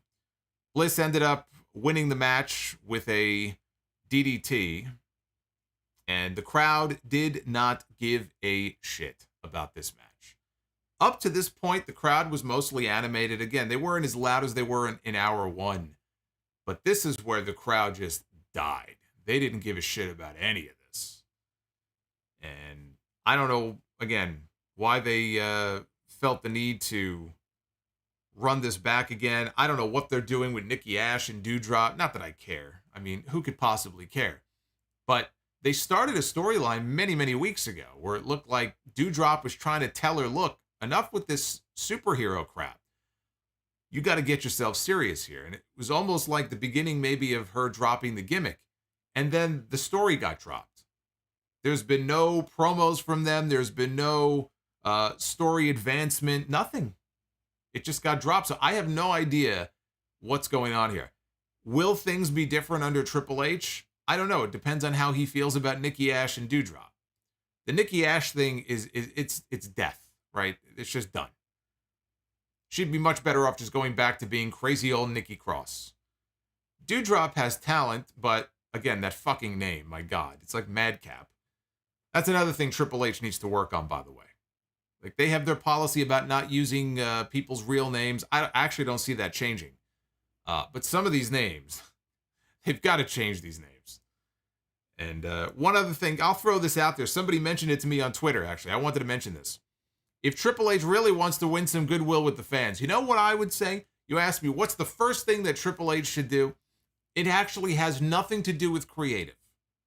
The first thing that Triple H should do, he wants to win over the hearts and minds of the fans, right? Especially the hardcore fans. He should get that Vladimir documentary released that they're holding hostage. Bad enough they never released the Lex Luger Icons episode. I was actually looking forward to that last year. It was supposed to come out, I think, July 4th last year. And they advertised it. It was scheduled. And then they pulled it. And they never said why. But they had this great documentary that the people who saw it raved about it. And said, oh, it's such a great piece of business on Vladimir the superfan. Vladimir may have been at Madison Square Garden tonight. I didn't see him, but maybe he was there. And they put together this documentary, and then nothing. Radio silence. It was supposed to come out last year, never came out. And they won't say why. So they're holding it hostage. Triple H, get the Vladimir documentary released. Triple H and Stephanie actually presented Vladimir with an award once. There's a picture online. Type it in. I don't remember, some kind of plaque or something. They had some kind of like super fan award, and they presented it to him. Triple H needs to make sure that thing sees the light of day. That's what he needs to do. So now we have the worst segment on the entire show. We had Impaulsive TV. That's what he was going to see. It's not impulsive. It's Impaulsive TV with Logan Paul. This was Logan Paul's attempt to do Miz TV better than The Miz does. He failed. As if I'm some kind of big fan of Miz TV to begin with.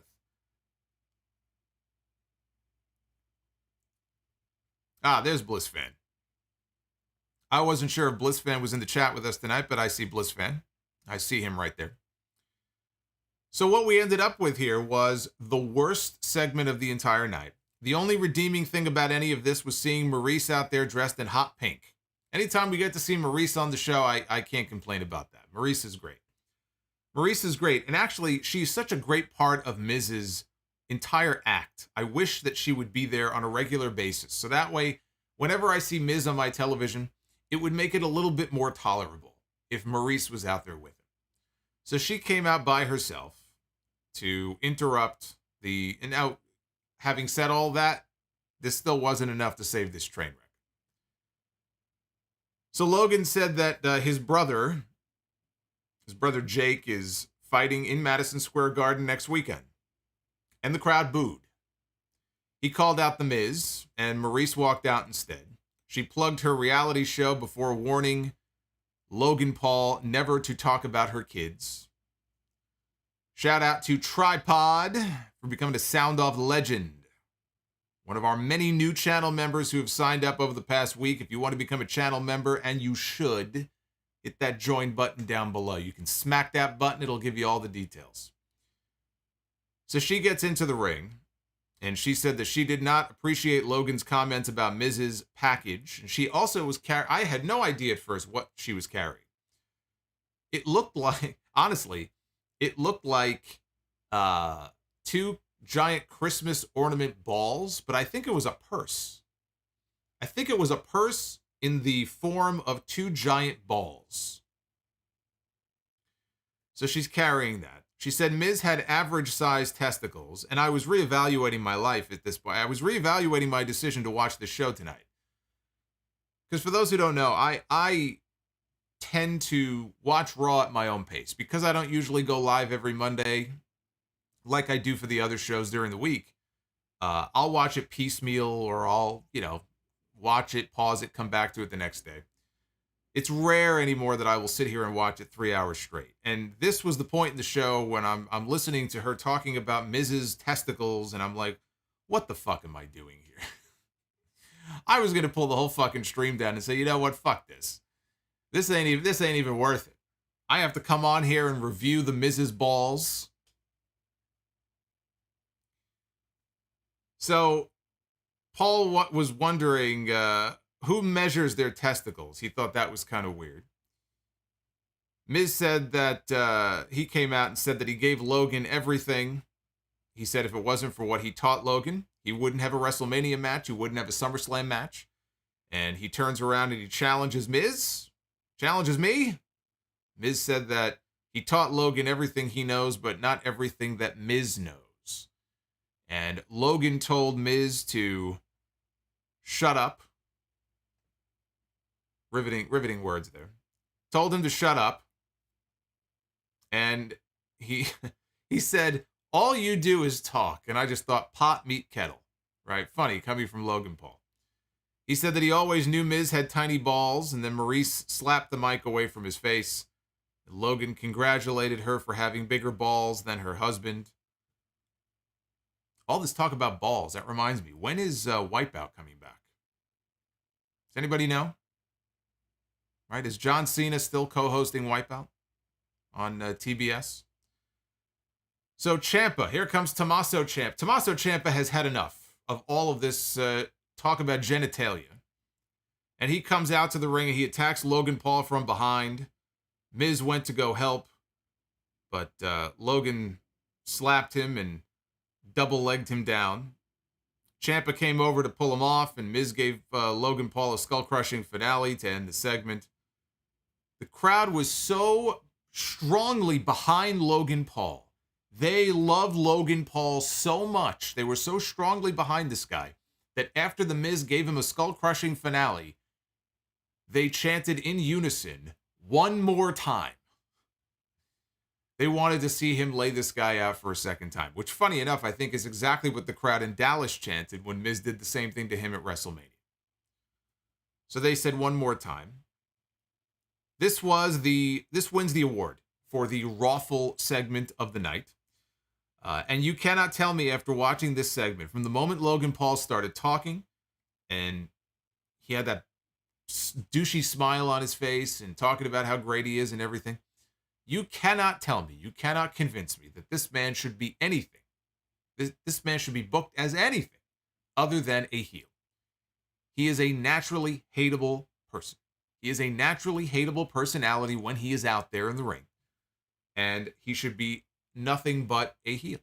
He was born to be a heel. If he's going to do this, that is the role that he was born for. He is being miscast in this role. And it may be a case where that's what he wanted to be. I want to be a babyface. Well, then somebody needs to sit down. Triple H needs to take him by the hand, sit him down, and explain to him exactly why that is a bad idea. Because if that's what they're going to try to do, if they're going to try to babyface this guy, this thing is going to be, this already is a complete fucking failure. This thing is not going to work if the long-term plan is for Logan Paul to be a babyface here. And I trust that Triple H has enough sense to realize this and that they'll course correct after SummerSlam. So backstage, Kevin Patrick introduced the Street Profits and the Usos, and he introduced the special guest referee for their tag team championship match coming up at SummerSlam. Good old Double J, Jeff Jarrett, right? Jeff, JARRETT, out here to sell you some Global Force GOLD. So they were in the back, and the teams are bickering, and Jarrett finally tells them both to shut up. And he tells them that he would remember if anybody got out of line. And he told them to keep the peace tonight. And then he walked away. I love the fact that Jarrett showed up in his referee shirt. Just to demonstrate that he's the referee on Saturday, right? In case we didn't know. Like if he showed up in a suit tonight, right? Like everybody else does in the back. He's a WWE executive. If he would have showed up in a suit and tie, I never would have realized what his role was at SummerSlam. But because I saw him in the referee shirt, with all the spray tan on him, now I know exactly what his role is at the pay-per-view. So Jarrett admonishes these guys, and then he walks away, and then they start saying their catchphrases, and again, they're yelling at each other, and they're bickering with each other. And Jarrett comes back and looks at them, and they get really quiet. And then Jarrett walks away again. They made these four look like a bunch of children getting schooled by their father. AJ Styles and Dolph Ziggler against Otis and Chad Gable. I would love to tell you that I really enjoyed this match, but I missed most of it because most of it took place during the commercial break. So this was basically a complete fucking waste of time. But I can tell you that in the end, AJ took out Otis with a Pele kick. Gable went for a rolling suplex on Styles. Styles held onto the ropes, and Ziggler put Gable down with a zigzag for the win. Nothing else to say about that. We get to our main event, and our main event of the evening is a trios match. It is the Bloodline. It is Roman Reigns. It is the Usos taking on Matt Riddle and the Street Profits. They went to a break. Not very long into they should just rename this show They Went to a Break. That should be the name of the whole fucking show. Tonight, WWE presents They Went to a Break. Is it just me, or does it just feel like... I know the show now is 3 hours, and it never used to be 3 hours when the show was actually good.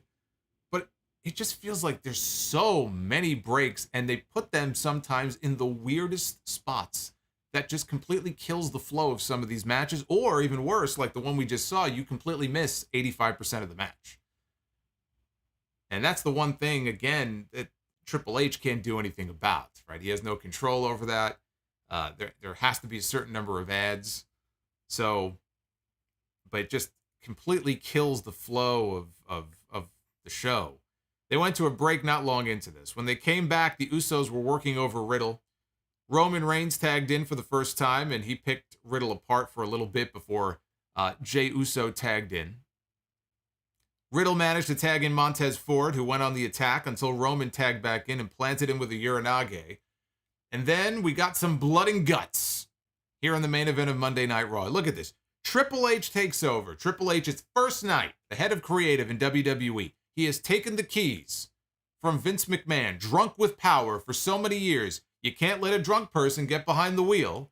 He takes the keys from him.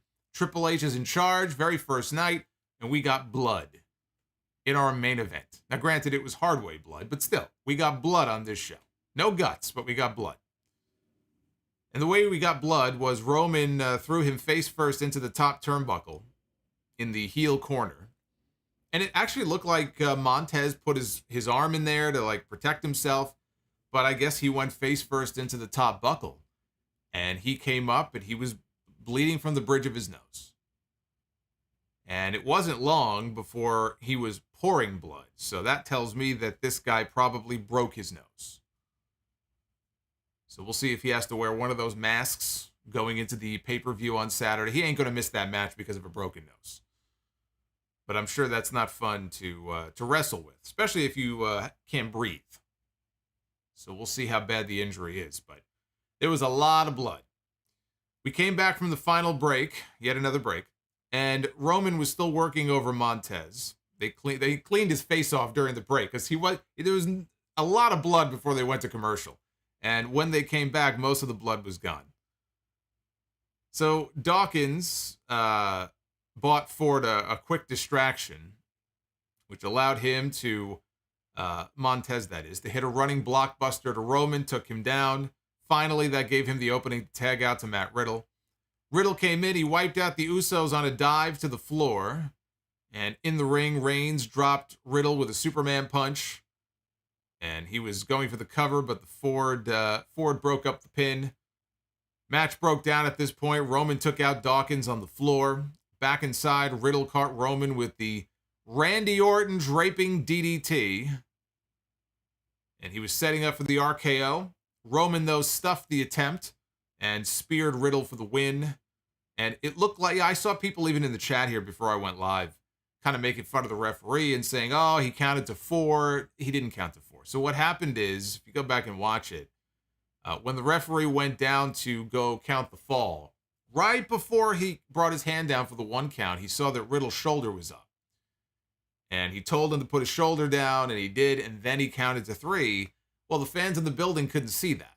So when the referee brought his hand down, they thought he counted 1, and he didn't. So he counted to 3, and the crowd counted to 4.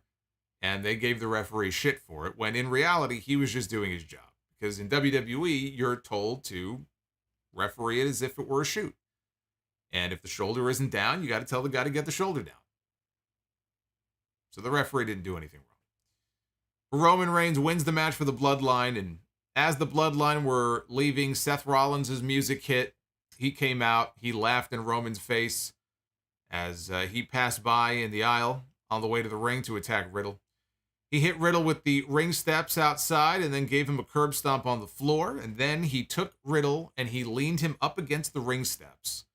And Rollins backed up. He got a running start and he stomped Riddle face first onto the ring steps to close out the final Monday Night Raw before SummerSlam. This was very much a middle of the road show tonight. I thought the first hour was actually pretty good. I thought it was a strong first hour. And then it was a steady decline from there.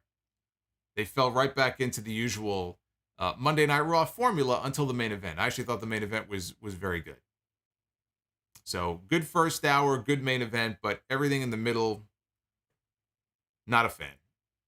But again, Rome was not built in a day. Anybody who thought that there would be major changes and that the show was going to be completely different on night 1, the announcement was only made this morning that he was taking over creative. We have a pay-per-view in 5 days with a card that is already set. Honestly, a major change like this, the best thing to have done would have been to wait until after this show.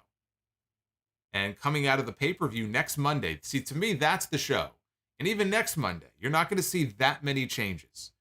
I think we should start to see some changes, notice some real changes next week. But in terms of fresh stories and fresh matches, or the way that television is shot, like all these things people are talking about, and people are putting together their top 5 lists of what, Triple H should do and changes that WWE should make. Again, it's going to take time. We're talking weeks and months. We're not talking days. So I didn't expect a major overhaul. Didn't get one, but again, there were parts of the show that were more enjoyable than usual. Now, SummerSlam this Saturday night in Nashville. Let me just run down the card here. So now the card is set. I guess they could add something on SmackDown on Friday, but let's assume this is going to be the full card here. We've got Roman Reigns and Brock Lesnar, last man standing, right? Supposedly for the very last time for the WWE and Universal Championship. Raw Women's title on the line. Bianca Belair defends against Becky Lynch. Liv Morgan will defend her SmackDown Women's title against Ronda Rousey. We'll see if Charlotte Flair makes an appearance. Charlotte is going to be in Nashville this weekend. Charlotte is actually going to be at the Ric Flair pay-per-view on Sunday night, And there's at least a chance that maybe she'll even make an appearance. Maybe she'll interfere. If Karen Jarrett tries to get involved, maybe Charlotte shows up and prevents her from getting involved. You know, Vince is gone. All it may take is one phone call from Ric Flair to his old buddy Triple H and say, hey, for one night only, is it okay if Charlotte makes an appearance on this show? And Triple H goes, sure, no problem. You know, we're in uncharted waters here. We don't know what Triple H may or may not allow that Vince McMahon would not allow. So Charlotte will be in town, and wouldn't shock me to see her make an appearance here. Just added tonight, no disqualification tag team match. Rey and Dominik Mysterio will take on the Judgment Day. And that seems ripe for an Edge return. We got another one of those creepy vignettes on this show that clearly are for Edge. And it would seem to me SummerSlam would be a good place for him to make a return. I mean, at this point, you know, if Edge were to come back, would he come back and help the Mysterios win their match? Or would it be more of a case where the Mysterios lose and then the Judgment Day is attacking them post-match, and then Edge makes his return? I see it, if Edge is going to be there, I see it more happening that way. And look, the Judgment Day have been booked like a bunch of fucking losers. I know they go around, beat people up, but they lose. They lose more than they should. They lost tonight. So they actually should win that match on Saturday. But if they want to do a post-match angle where Edge returns, that would make sense. Matt Riddle takes on Seth Rollins. Pat McAfee takes on Happy Corbin. And that is actually one of the matches I am most looking forward to on Saturday. I can't believe I just said that out loud, that a Baron Corbin match is maybe the match I'm most looking forward to on the SummerSlam card. You know what I kind of feel like? I kind of feel like the Pat McAfee and Baron Corbin match on Saturday may end up being the Test and Shane McMahon match of SummerSlam this year. Because Test and Shane McMahon had one hell of a match back in '99. And I remember none of my friends certainly thought that that match was going to be any great shakes. And I was very surprised by how good that match was.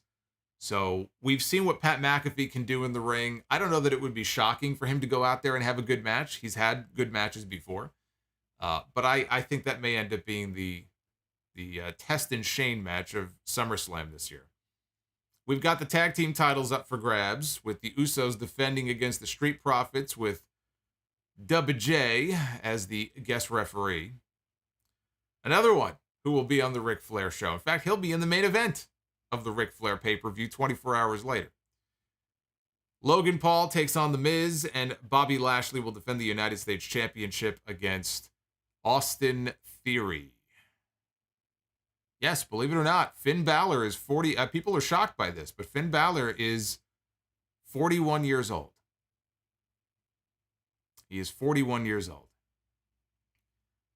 So I will possibly do my predictions. I don't know if I'll do a live stream on Thursday night with SummerSlam predictions, or I might just wait until Friday. But I'll save the predictions for later in the week. And of course, I will be live after SummerSlam on Saturday night. We'll do the full recap. Then the normal podcast will drop on Sunday. And then I'll go live after the Ric Flair pay-per-view on Sunday night. Because the rest of the card, whatever you think of the Flair match, they've put together, Conrad has actually booked a pretty strong card. He's got talent from different promotions, from Impact, from MLW, from Mexico. People are coming in for that show. And so I'll be tuning into that and going live as soon as it's over. We got a Twitter poll up. It wouldn't be a Solomonster stream if I didn't throw up the Twitter poll and see what people thought of this show. So the first Monday Night Raw of the Paul Levesque regime gets a 44.6% thumbs up score, 39% thumbs in the middle, and 16% thumbs down. You can always vote on Twitter at Solomonster is the handle.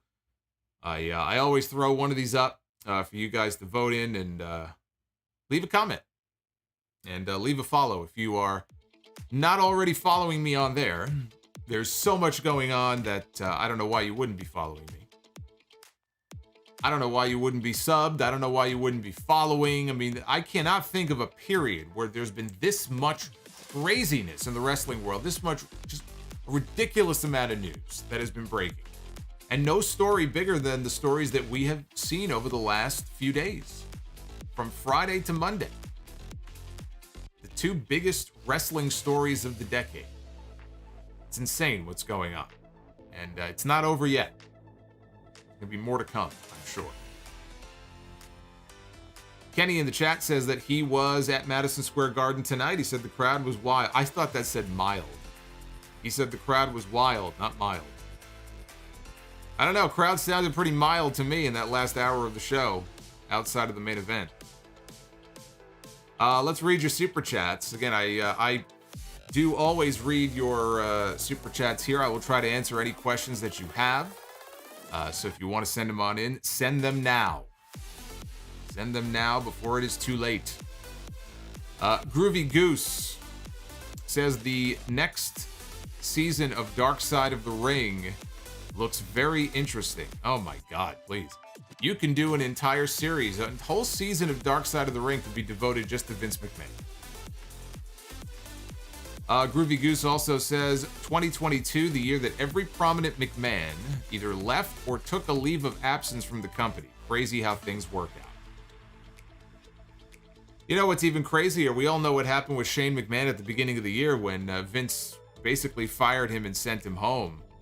But I saw the report from Wade Keller that Stephanie and Shane are also not on the best of terms. They're not as close as they used to be. So Shane really is, in a lot of ways right now, he's kind of persona non grata around that. Food Hive. My 5.5-year retirement from WWE has ended tonight. Yeah, I got a lot of messages from people saying that they were going to tune into Raw for the first time in a long time. I don't think this was a show that's going to keep those people around. It wasn't that kind of a show. Nayaf Al-Safar, thank you for the $3.99. Food Hive. Roman has the longest entrance I've ever seen. And he also realized, boy, he sent a whole bunch of super chats in. He realized the show is very long. He says, I don't want to hear about AEW's picture-in-picture after going through Raw's random commercials with no warning. And he says, I started watching because Vince was gone. I never expected change, at least not right away. But 3 hours, and after a 5-year absence, nothing has changed. Bob the Builder, long term, if WWE's product is better, this might hurt AEW. AEW's whole identity was the alternative. Dave Meltzer also agrees, time will tell. Same thing I said at the beginning of the stream. I said this could actually turn out to be a negative for Tony Khan. So if I'm Tony Khan, I'm not tap dancing on the grave. I'm staying a little reserved because I think that could end up blowing up in his face. Jamie Dorsch, who gets their walking papers first, Dunn or Bruce? I say Kevin Dunn. But, he could always dig himself a tunnel right underneath the production truck and make a quick escape. We got Clamp God. Better Call Saul is better than Monday Night Raw. Well, of course. That's like saying water is wet. What kind of comment is that? Thank you, Clamp God. We've got the Yata Garatsu. Did you catch 83 weeks? I'd say at least watch the 15-minute mark when he talks about the creative process with Vince. Chaotic, and it explains a lot. That is the Bischoff podcast. The answer is no. I did not listen to that. Shawnee in the Wrasslin, $4.99 super chat. I thought tonight was all right, which is not how I usually feel. Mad that Judgment Day losing clean. Liked the Rhea beatdown, great main event. Cool zigzag too. Aussie of Steel with the $7 super chat. Is it just me, or were a lot of the promos tonight hard to understand? I understood them just fine. Are you talking about like the literal audio or what they were saying? I didn't have an issue understanding what they were saying. Dr. Scorpio. Triple H went from heir apparent to being erased to almost dying to now the head of creative. A wild 4 years. Also, Raw sucked after the first hour. Crazy with the $20 crazy super chat. Holy shit, Crazy, thank you. Says, I've learned more about wrestling listening to you on your weekly wrestling history videos and details from your reviews that weren't mentioned on the Dark Side of the Ring episodes. This helps me get through the days. Thank you. Well, that's very nice of you. I appreciate that. I have all of the This Week in History segments from last year archived. They're all organized in a playlist right here on the channel. So if you're ever looking to pass the time and you just want to brush up on your wrestling knowledge, or if there's a particular week and there was a big event that week in history, go find the segment. It's all on there. I tried to, drop as many little details as I possibly could, even on stuff that you think you know everything about. And along the way, I learned stuff too. That's why I enjoy doing those segments. Isaiah Duzon, $5 super chat. Showing some love for the channel. Thanks for everything you do, Solomonster. Thank you, Isaiah. The artist formerly known as Natural Born Thriller. Evening. Didn't have a chance, but good riddance that Vince McMahon is gone from WWE for now. Let the slow process for a better WWE begin. Solomonster should head WWE Creative. Well, if Paul Levesque needs any help, I'm always here to assist. Shin Akuma, thank you for the $5, Shin. Fire Panda 007, so what happens with NXT 2.0 now that Hunter and Steph are running the show? Remains to be seen, but, his best friend is running NXT now. I can't imagine that Triple H is going to make any kind of major changes. At least not right away. Griga, thank you for the 10. Cheers to Griga. Appreciate it. Chief Running Wolf. I've been a listener since 2018. This is my first super chat. Here's to a new era of WWE, brother. Well, you and I both are saluting to a hopefully much improved era of WWE. I think that's what a lot of people are hoping for. I think people, honestly, they're just so apathetic towards the WWE product for so long that any kind of change is something that they're willing to embrace. Triple H is not perfect, but boy, is he better than what we had before, right? He has to be. How could he be worse? So people embrace it because even the hint of change gets them excited to, watch the product and hope that things improve. So it'll be fun to follow. Dr. Scorpio. Speaking of change, use the code word Solomonster to get a discount on Magic Spoon to change how you eat breakfast in the morning. I will never stop you from plugging my discount codes. Fire Panda, Dunn getting future endeavored will have Triple H doing the billionaire strut around the arena for months.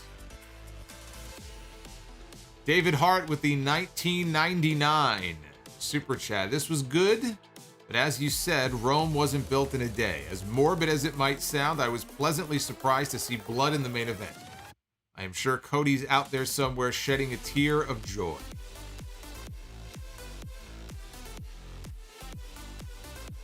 Review King MB with the $5 super chat. To be fair to Triple H, NXT didn't have long to try and fight AEW before the rebrand. Imagine if WWF didn't have the 2+ years to catch up to WCW. Robert Heller, what happened to the Edge return, or whoever was supposed to be behind those vignettes? They aired another vignette tonight. Probably going to see Edge at SummerSlam would be my guess. Or certainly no later than Raw next Monday. But I talked on the podcast. If you listened to episode 766 yesterday, I told you that plans were dropped for Edge to be at Madison Square Garden. So you would have known that, Robert, if you listened to the podcast. But thank you, Robert. I appreciate it. Clapstick77 with the $9.99. Vince is going to end up like Michael Corleone in The Godfather 3. Lost his wife, his son, and now his company. Maybe he will take a trip with his buddy Ted Turner. Sad end to a great life and career. Well, that's morbid. Suffering in college. Sounds like me back in the day. We got Suffering in College, who says, I'm personally looking forward to how production will change over time. These sets have been the same, just different shape for decades. The SmackDown Fist was the last unique set Raw and SmackDown ever had. Winston Smith, will Triple H let guys have their full names back? No. If you're expecting the current roster members to just go back to, they're all going to start using their names, the answer is no. Now, will there, over time, be a change where newer people who come in are maybe they're allowed to use their name? My guess would be no, because I think that their policy is that they want to have ownership over this stuff. And I don't think that that's going to change now just because Vince is gone, but we'll see. Again, we don't know. We don't know what Triple H's thoughts are going to be on that kind of stuff, or how it's going to affect people in NXT when they get signed. We don't know. That's a policy, honestly, I don't see that changing. It's like years ago when they passed the Patriot Act, Plenty of presidents have come and gone. They've had the ability, if they wanted, to get rid of the Patriot Act, and they don't. or they didn't, whatever the status of it is now. But that used to be the controversy. It's like people thought, oh my God, they gotta get rid of this thing now. It's been so many years since the war and everything. And it's like when you give people a certain level of authority, they're not just going to give it back.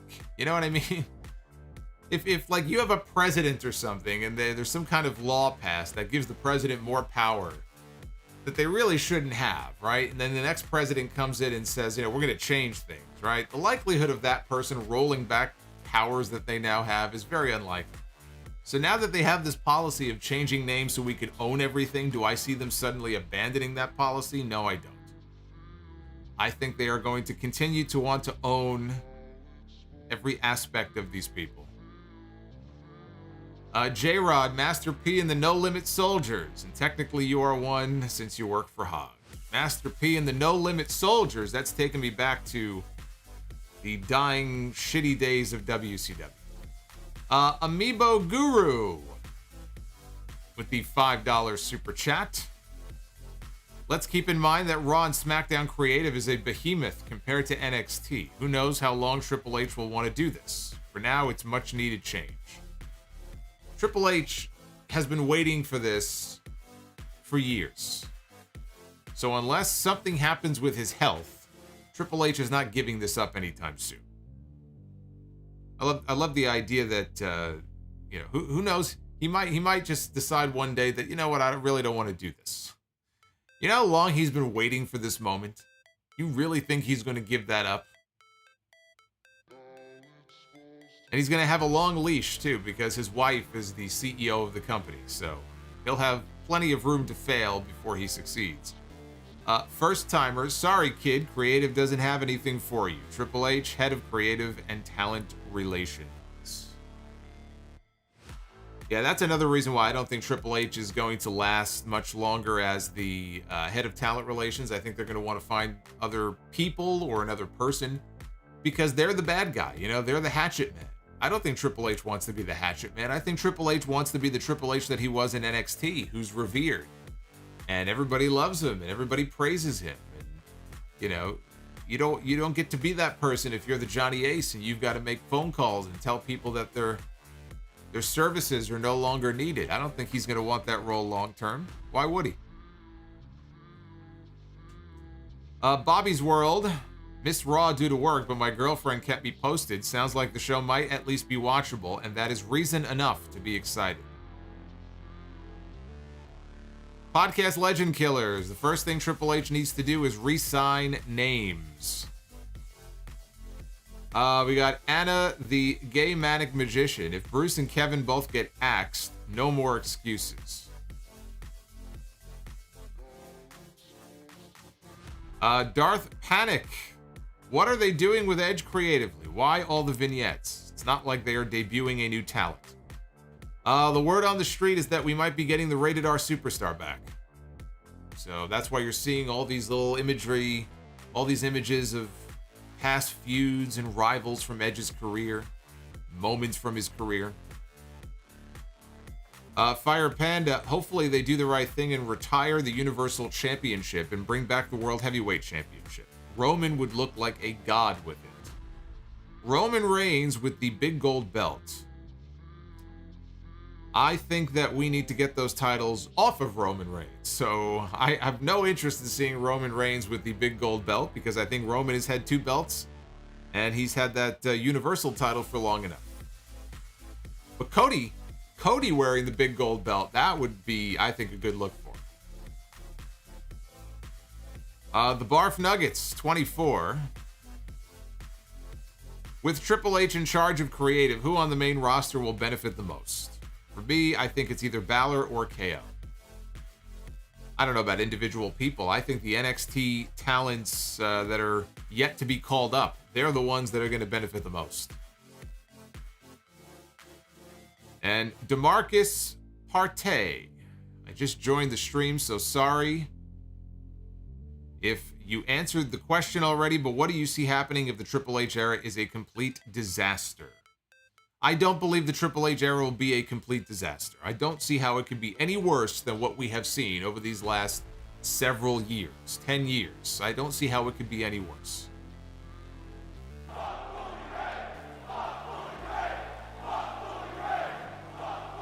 As soon as I say that, I say I don't think it could be any worse. I see Bully Ray pop up on screen. Which just goes to show you that, in fact, it could always get worse. That was Steven Chappa. I gotta get to Paul Heyman here in a second, but Steven Chappa with the $30 Bully the Clown super chat drop. Today, I realized that it's been little over 10 years since I first heard you in college back in 2012. One of my friends did a communications project and sent you a question for the mailbag. Now I live to get the Bully the Clown chat. Yeah, you are sort of the keeper of the Bully the Clown chat. Every time I hear the chat, I said it must be Steven. Thank you, Steven, for the $30. I appreciate it. We've got Paul Heyman with the $5 super chat. What if Kevin Dunn leaves WWE and starts working indies and becomes the Hog World Champion? Well, he would not be wrestling, but wouldn't it be something after everything that I've said about Kevin Dunn over all these years and other people who have actually had to deal with him, the stories that they've told? Wouldn't it be something if I come to the next House of Glory show and they give me the great news that I'm now working for Kevin Dunn because Kevin Dunn is now the director of production for House of Glory? I feel like that would be the end of the Solomonster in House of Glory.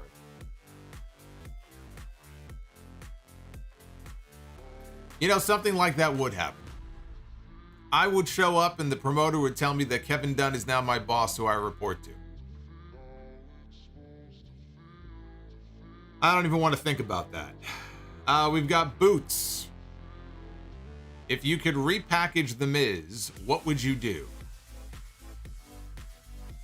You know what? I've heard enough about The Miz's package tonight. I don't really have any ideas for this. I really don't. I don't know what I would do with The Miz because The Miz is not somebody who I would feature in a prominent role.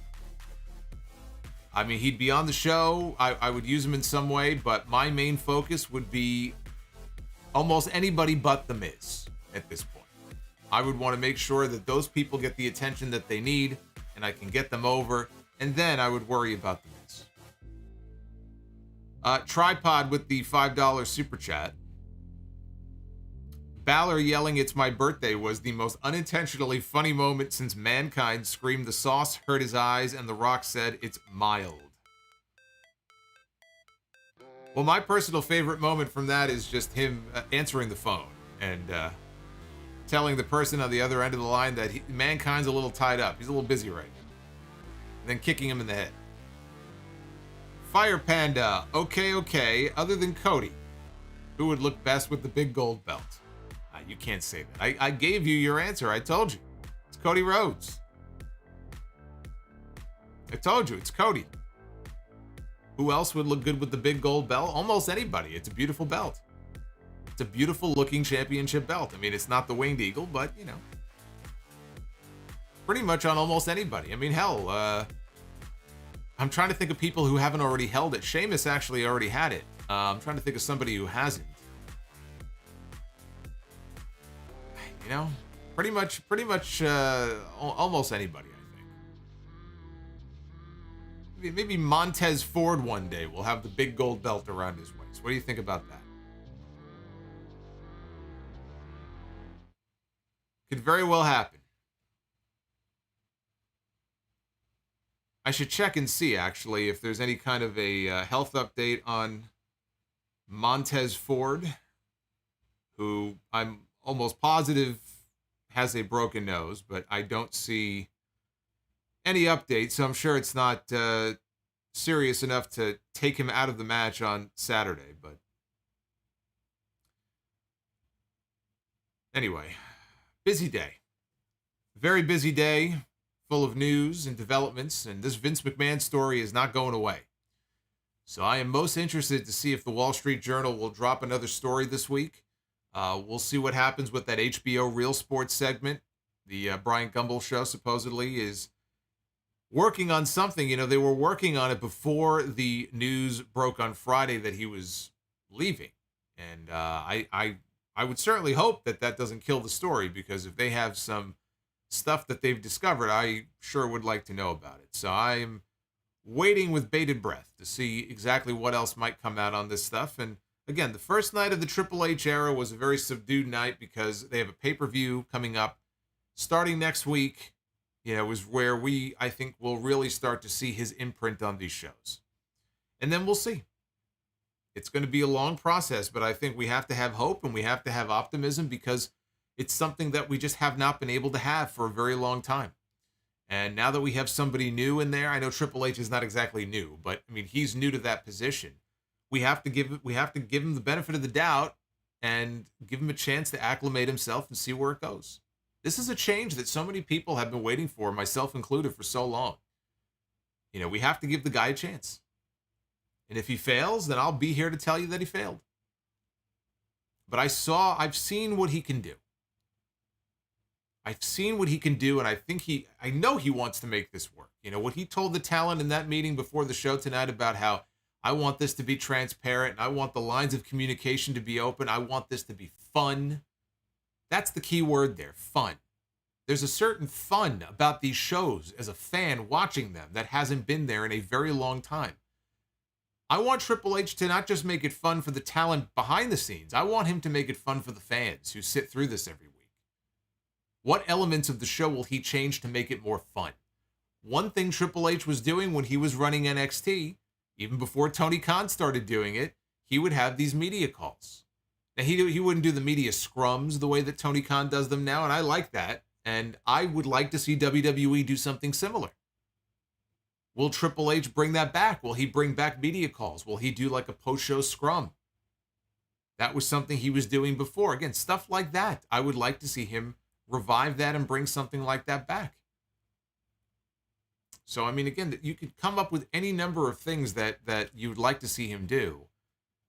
These things are going to take time. And I'm willing to give him the benefit of the doubt and be patient, because I think that in the end, this is going to be a very positive move for this company. And it's going to make the product, I think, more fun to follow and a little more tolerable to sit through. What more could you ask for? Fire Panda says, imagine the Demon Balor with the big gold belt. I think the Demon Balor is still in his final resting place after falling off the top rope against Roman Reigns. Winston Smith. There's the $1 million man on my screen. Look at all that money. Look at all those dollar bills. Winston says, did you enjoy Triple H in Blade Trinity? I did not see Triple H in Blade Trinity. I am not a fan of the Blade movies. I just never saw them. I saw pictures of Triple H in the movie with the contact lenses in and everything, but I did not see the Blade movies, so I have no comment on how he was. I didn't see that other crappy movie that he made, the Chaperone or whatever it was. I don't think I've seen any of the Triple H movies that he's been in. The Mount Vernon kid, the Alpha. I know I may be just thinking out of the box, but hopefully we'll get real creative designs for titles and not just laziness. Well, I got bad news for you. For the person who asked before about will there be a changing as far as people being allowed to use their names, and I said the answer is very likely no. I can pretty confidently say probably not on the title belts too. That's another thing I think that's here to stay, because I think the company loves it. And Triple H is always tweeting stuff out, like after the World Series and the Super Bowl. He's the first person. He's put pictures up there. They send those logo belts to the teams, right? So they'll wear them at the parade and everything, like whoever the champions are. And they love it because they're standing there on camera and there's this giant WWE logo. So the big gold belt is a beautiful belt, but it's got no company ID on it. It's like a little tiny logo on there. They love their giant fucking logo belts. So I got bad news for you. I don't think that that's going to change. Do I think Paul Heyman and Jim Cornette should run creative? No. Jim Cornette is done. Jim Cornette doesn't leave his house. They don't need Jim Cornette. Paul Heyman, yes. Paul Heyman should absolutely assist Triple H on the creative end of this company. I don't know if that means give him one show and give the other show to somebody else and have Triple H oversee the whole thing, or, they just kind of work together on the overall creative vision that they have for it. But Paul Heyman is a resource that they absolutely should take advantage of.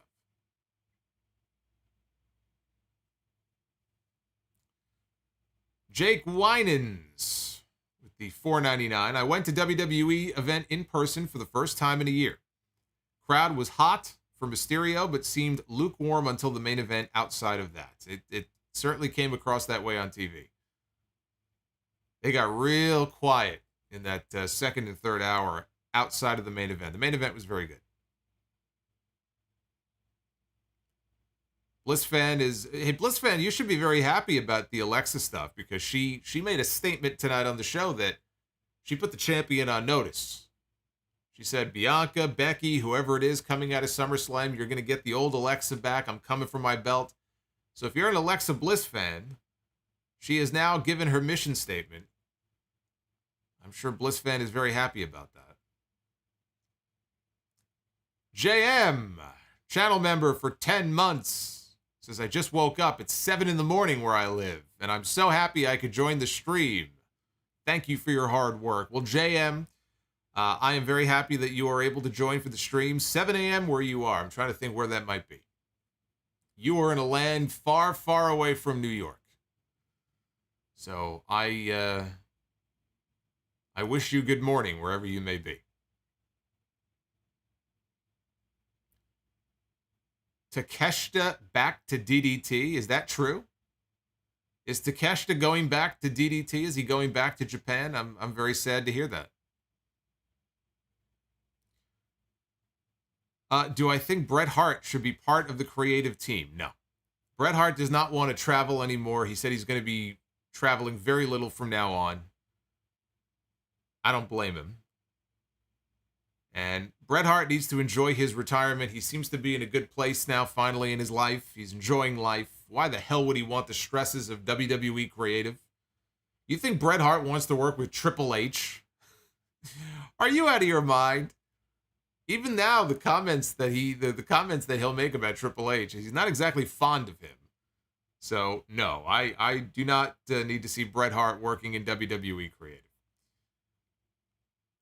We got Turtlehead. $4.99. Put that Solomonster belt on the line. I told you to pick the stips. Stop ducking me. You don't deserve it. You need to deserve a title match. You've done nothing. You haven't even been in the championship contenders match. You get shit from me. That belt is going nowhere. In fact, when I go food shopping this week, I'm going to take the belt with me. I'm going to put the belt around my waist. I'm going to go to the supermarket. I'm going to go up and down every aisle. I'm going to have that Solomonster belt around my waist.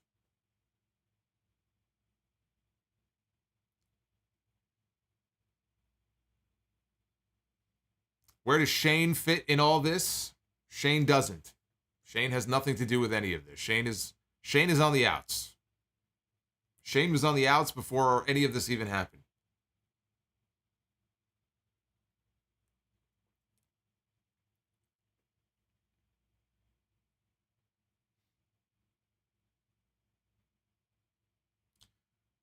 Martin, yes. Bruce Prichard is still part of the creative team for the time being. He will be reporting directly to Paul Levesque. He is not gone.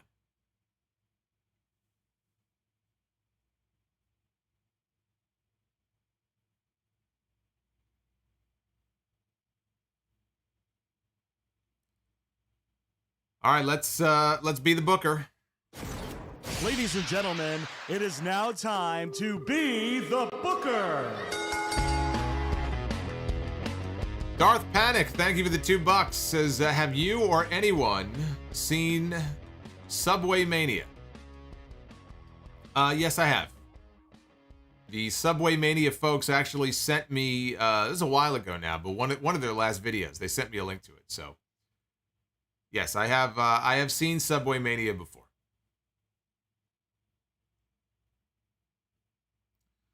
So let's start with the men's Be the Booker here. We're going to try to book our own matches here, have some fun with this, take this for a spin, see what we come up with. See if Triple H is a better booker than me. What do you think? Let's see. We've got Drew McIntyre, who is very likely going to be going to the main event of Clash at the Castle in September. Former WWE champion Drew McIntyre stepping into the ring to go one-on-one with the late loose cannon, Brian Pillman. I like that match. I like that match. I just wish that we had a healthy Brian Pillman. Healthy Brian Pillman, that'd be a lot of fun. Fused ankle, post-accident Brian Pillman, probably very limited in what he can do. But I think that'd be a very good match, actually. Let's take the ladies Be the Booker here for a spin. I like that match, actually. Drew McIntyre and Brian Pillman. Here on the women's side, oh, speak of the devil. Speak of the devil. How appropriate for tonight. Ladies and gentlemen, take a look at who you see on your screen. To your left, it is the new head of creative in WWE. It is Triple H. And to the right, it is Triple H's favorite gal, not named Stephanie. It is Poppy. Poppy for WWE Creative. In fact, now that Triple H is in charge, I expect to see Poppy pop up on many shows. Poppy could be the official, the official mascot of WWE. This may be one of the better parts of Triple H now being in power. It'll be the return of Poppy. Now we got some people in the chat. Who the fuck is Poppy? You obviously never saw the NXT TakeOver shows. Poppy went away when Triple H left NXT. So we'll see who Poppy is going to be popping in. There's Tony Khan. Tony, get out of the snow. Tony. I keep telling him to get out of that stuff. Every time I see him, he's got that white shit right around his nose. Got Poppy going one-on-one. Oh, good Lord. Oh my God. Poppy against Dixie Carter. Ugh. Let's get away from this. Let's go to the tag teams. And we have got the Godwins. Henry O. and Phineas. Hog and Pig. The Godwins. Or the former Shanghai Pierce. Going to be stepping into the ring to take on the team of Money Incorporated. You want to see beautiful belts. Those are tag team belts right there. The old WWF Tag Team Championship belts. Money Inc. against the Godwins. If it were Money Inc. against almost anybody else, I would give it the bell, but the Godwins are in there, so I got to give it the buzzer. 1 out of 3 tonight. I shall try to do better next time. Draven Lord, thank you for the $4.99. Do you think it was Shane who sent the emails to the Wall Street Journal out of spite? Oh, I don't know. Let's evaluate the situation here, shall we? Shane is supposedly not on great terms with his sister. And Shane, I'm sure, is also not such a great fan of Triple H. So he would have to know that a move like this would only benefit them. So no, I don't think Shane had anything to do with this. Who would benefit she? I wonder, who on the board of directors would benefit from what has gone down? I don't know. It's hard for me to imagine, even though now we see that Stephanie McMahon, who is on the board of directors, is now the chairwoman and CEO of the entire company, and Triple H is now the head of creative, and they have both been elevated to the top positions in the company. But I just can't imagine who would have done such a thing. Who would have possibly leaked this news that would ultimately elevate Triple H and Stephanie to the positions that they now find themselves in? I don't know, man. It's hard. It's hard to figure out. I can't put my finger on it. But what a comeback story. What a resurrection. I'm going to be talking about this comeback for years. It is the dawning of a new day in WWE. And I am going to be back live on Wednesday night. We got to talk AEW Dynamite. Hopefully we'll have a better show, better main event than we had last week. Not a big fan of the barbed wire crap. So we'll talk Dynamite on Wednesday and shoot for SummerSlam predictions later this week. We got SmackDown to talk about on Friday, SummerSlam on Saturday, one of the biggest pay-per-views all year. And the SummerSlam reviews actually usually do some of the best numbers I do all year. So I need you guys to come out and support and join me live and like the videos. If you want to, if you're late to the stream, if you missed the super chat portion, you could always drop a super thanks after the fact. I do see all the comments. That's that super thanks thing. I know I don't mention it enough, but it is enabled on the channel. It's like a little tip jar.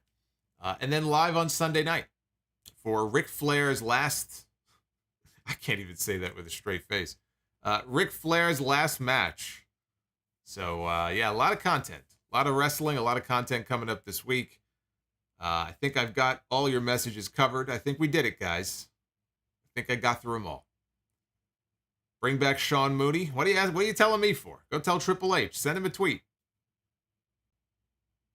Tag him in a tweet and tell him you want Sean Mooney back. You want to bring back the event center.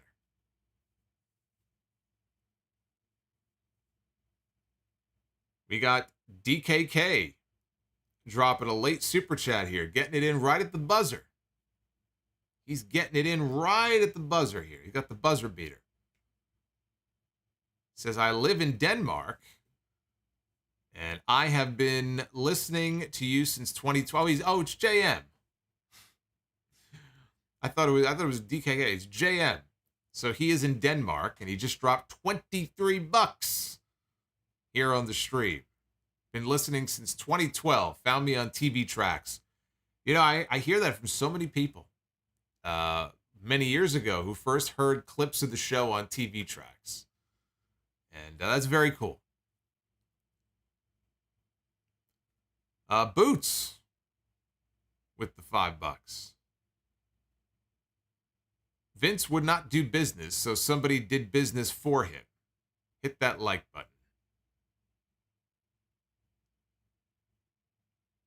Bring back Raw Underground. No, I think Raw Underground needs to stay dead and buried. Oh, DKK is the currency. Okay, well that makes sense then. That's the currency in Denmark. DKK. What does that stand for, though? I don't know what that actually stands for. Do I think Triple H will get MJF? It's possible. MJF, if he's going to pay him enough money. I think MJF is going to go where the money goes. Wherever the money goes, so goes MJF. So it comes down to how bad does Triple H want him. But, you know, he's not getting him until the beginning of 2024. So if he does get him, it's going to be a while.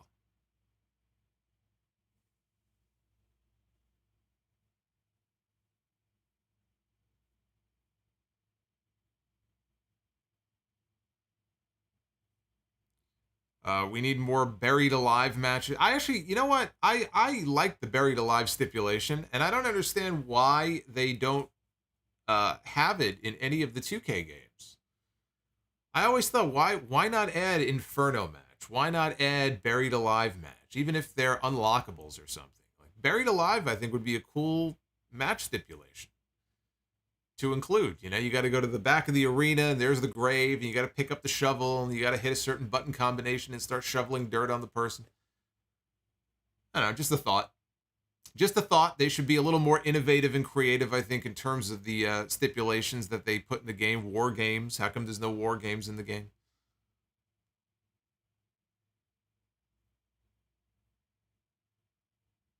Wrestle Austin, thank you for the comment. I appreciate that.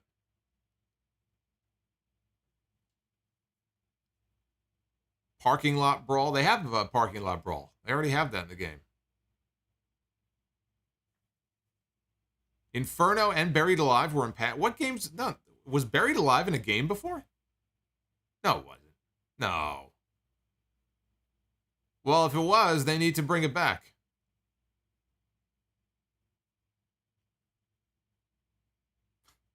NDA on a poll.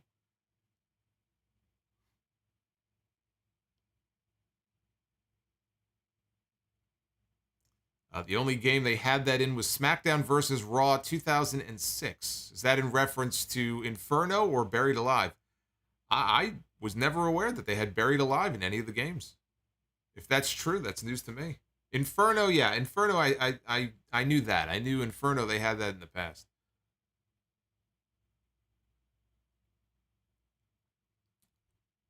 Maybe in the next game. It's too bad you can't have community creations where people can create those types of match stipulations that you could just download into the game. It's too bad.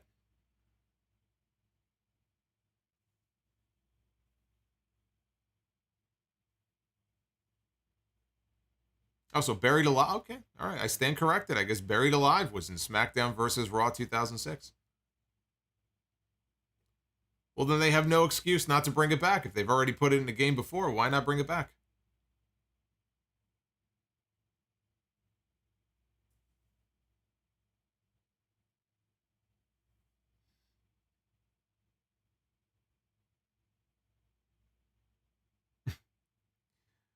All right, guys. I'm going to get out of here. It's getting late. It's almost 2 o'clock in the morning for a stream I was not planning on doing when I woke up this morning. This was unplanned. But you came out in full force tonight. It's not a night that we usually go on, and you killed it. We had well over 2,000 in here earlier, so thank you for that. Hit that like button on the way out. And again, I will see you guys live again on Wednesday night for the AEW Dynamite stream. Thank you again. Take care, guys.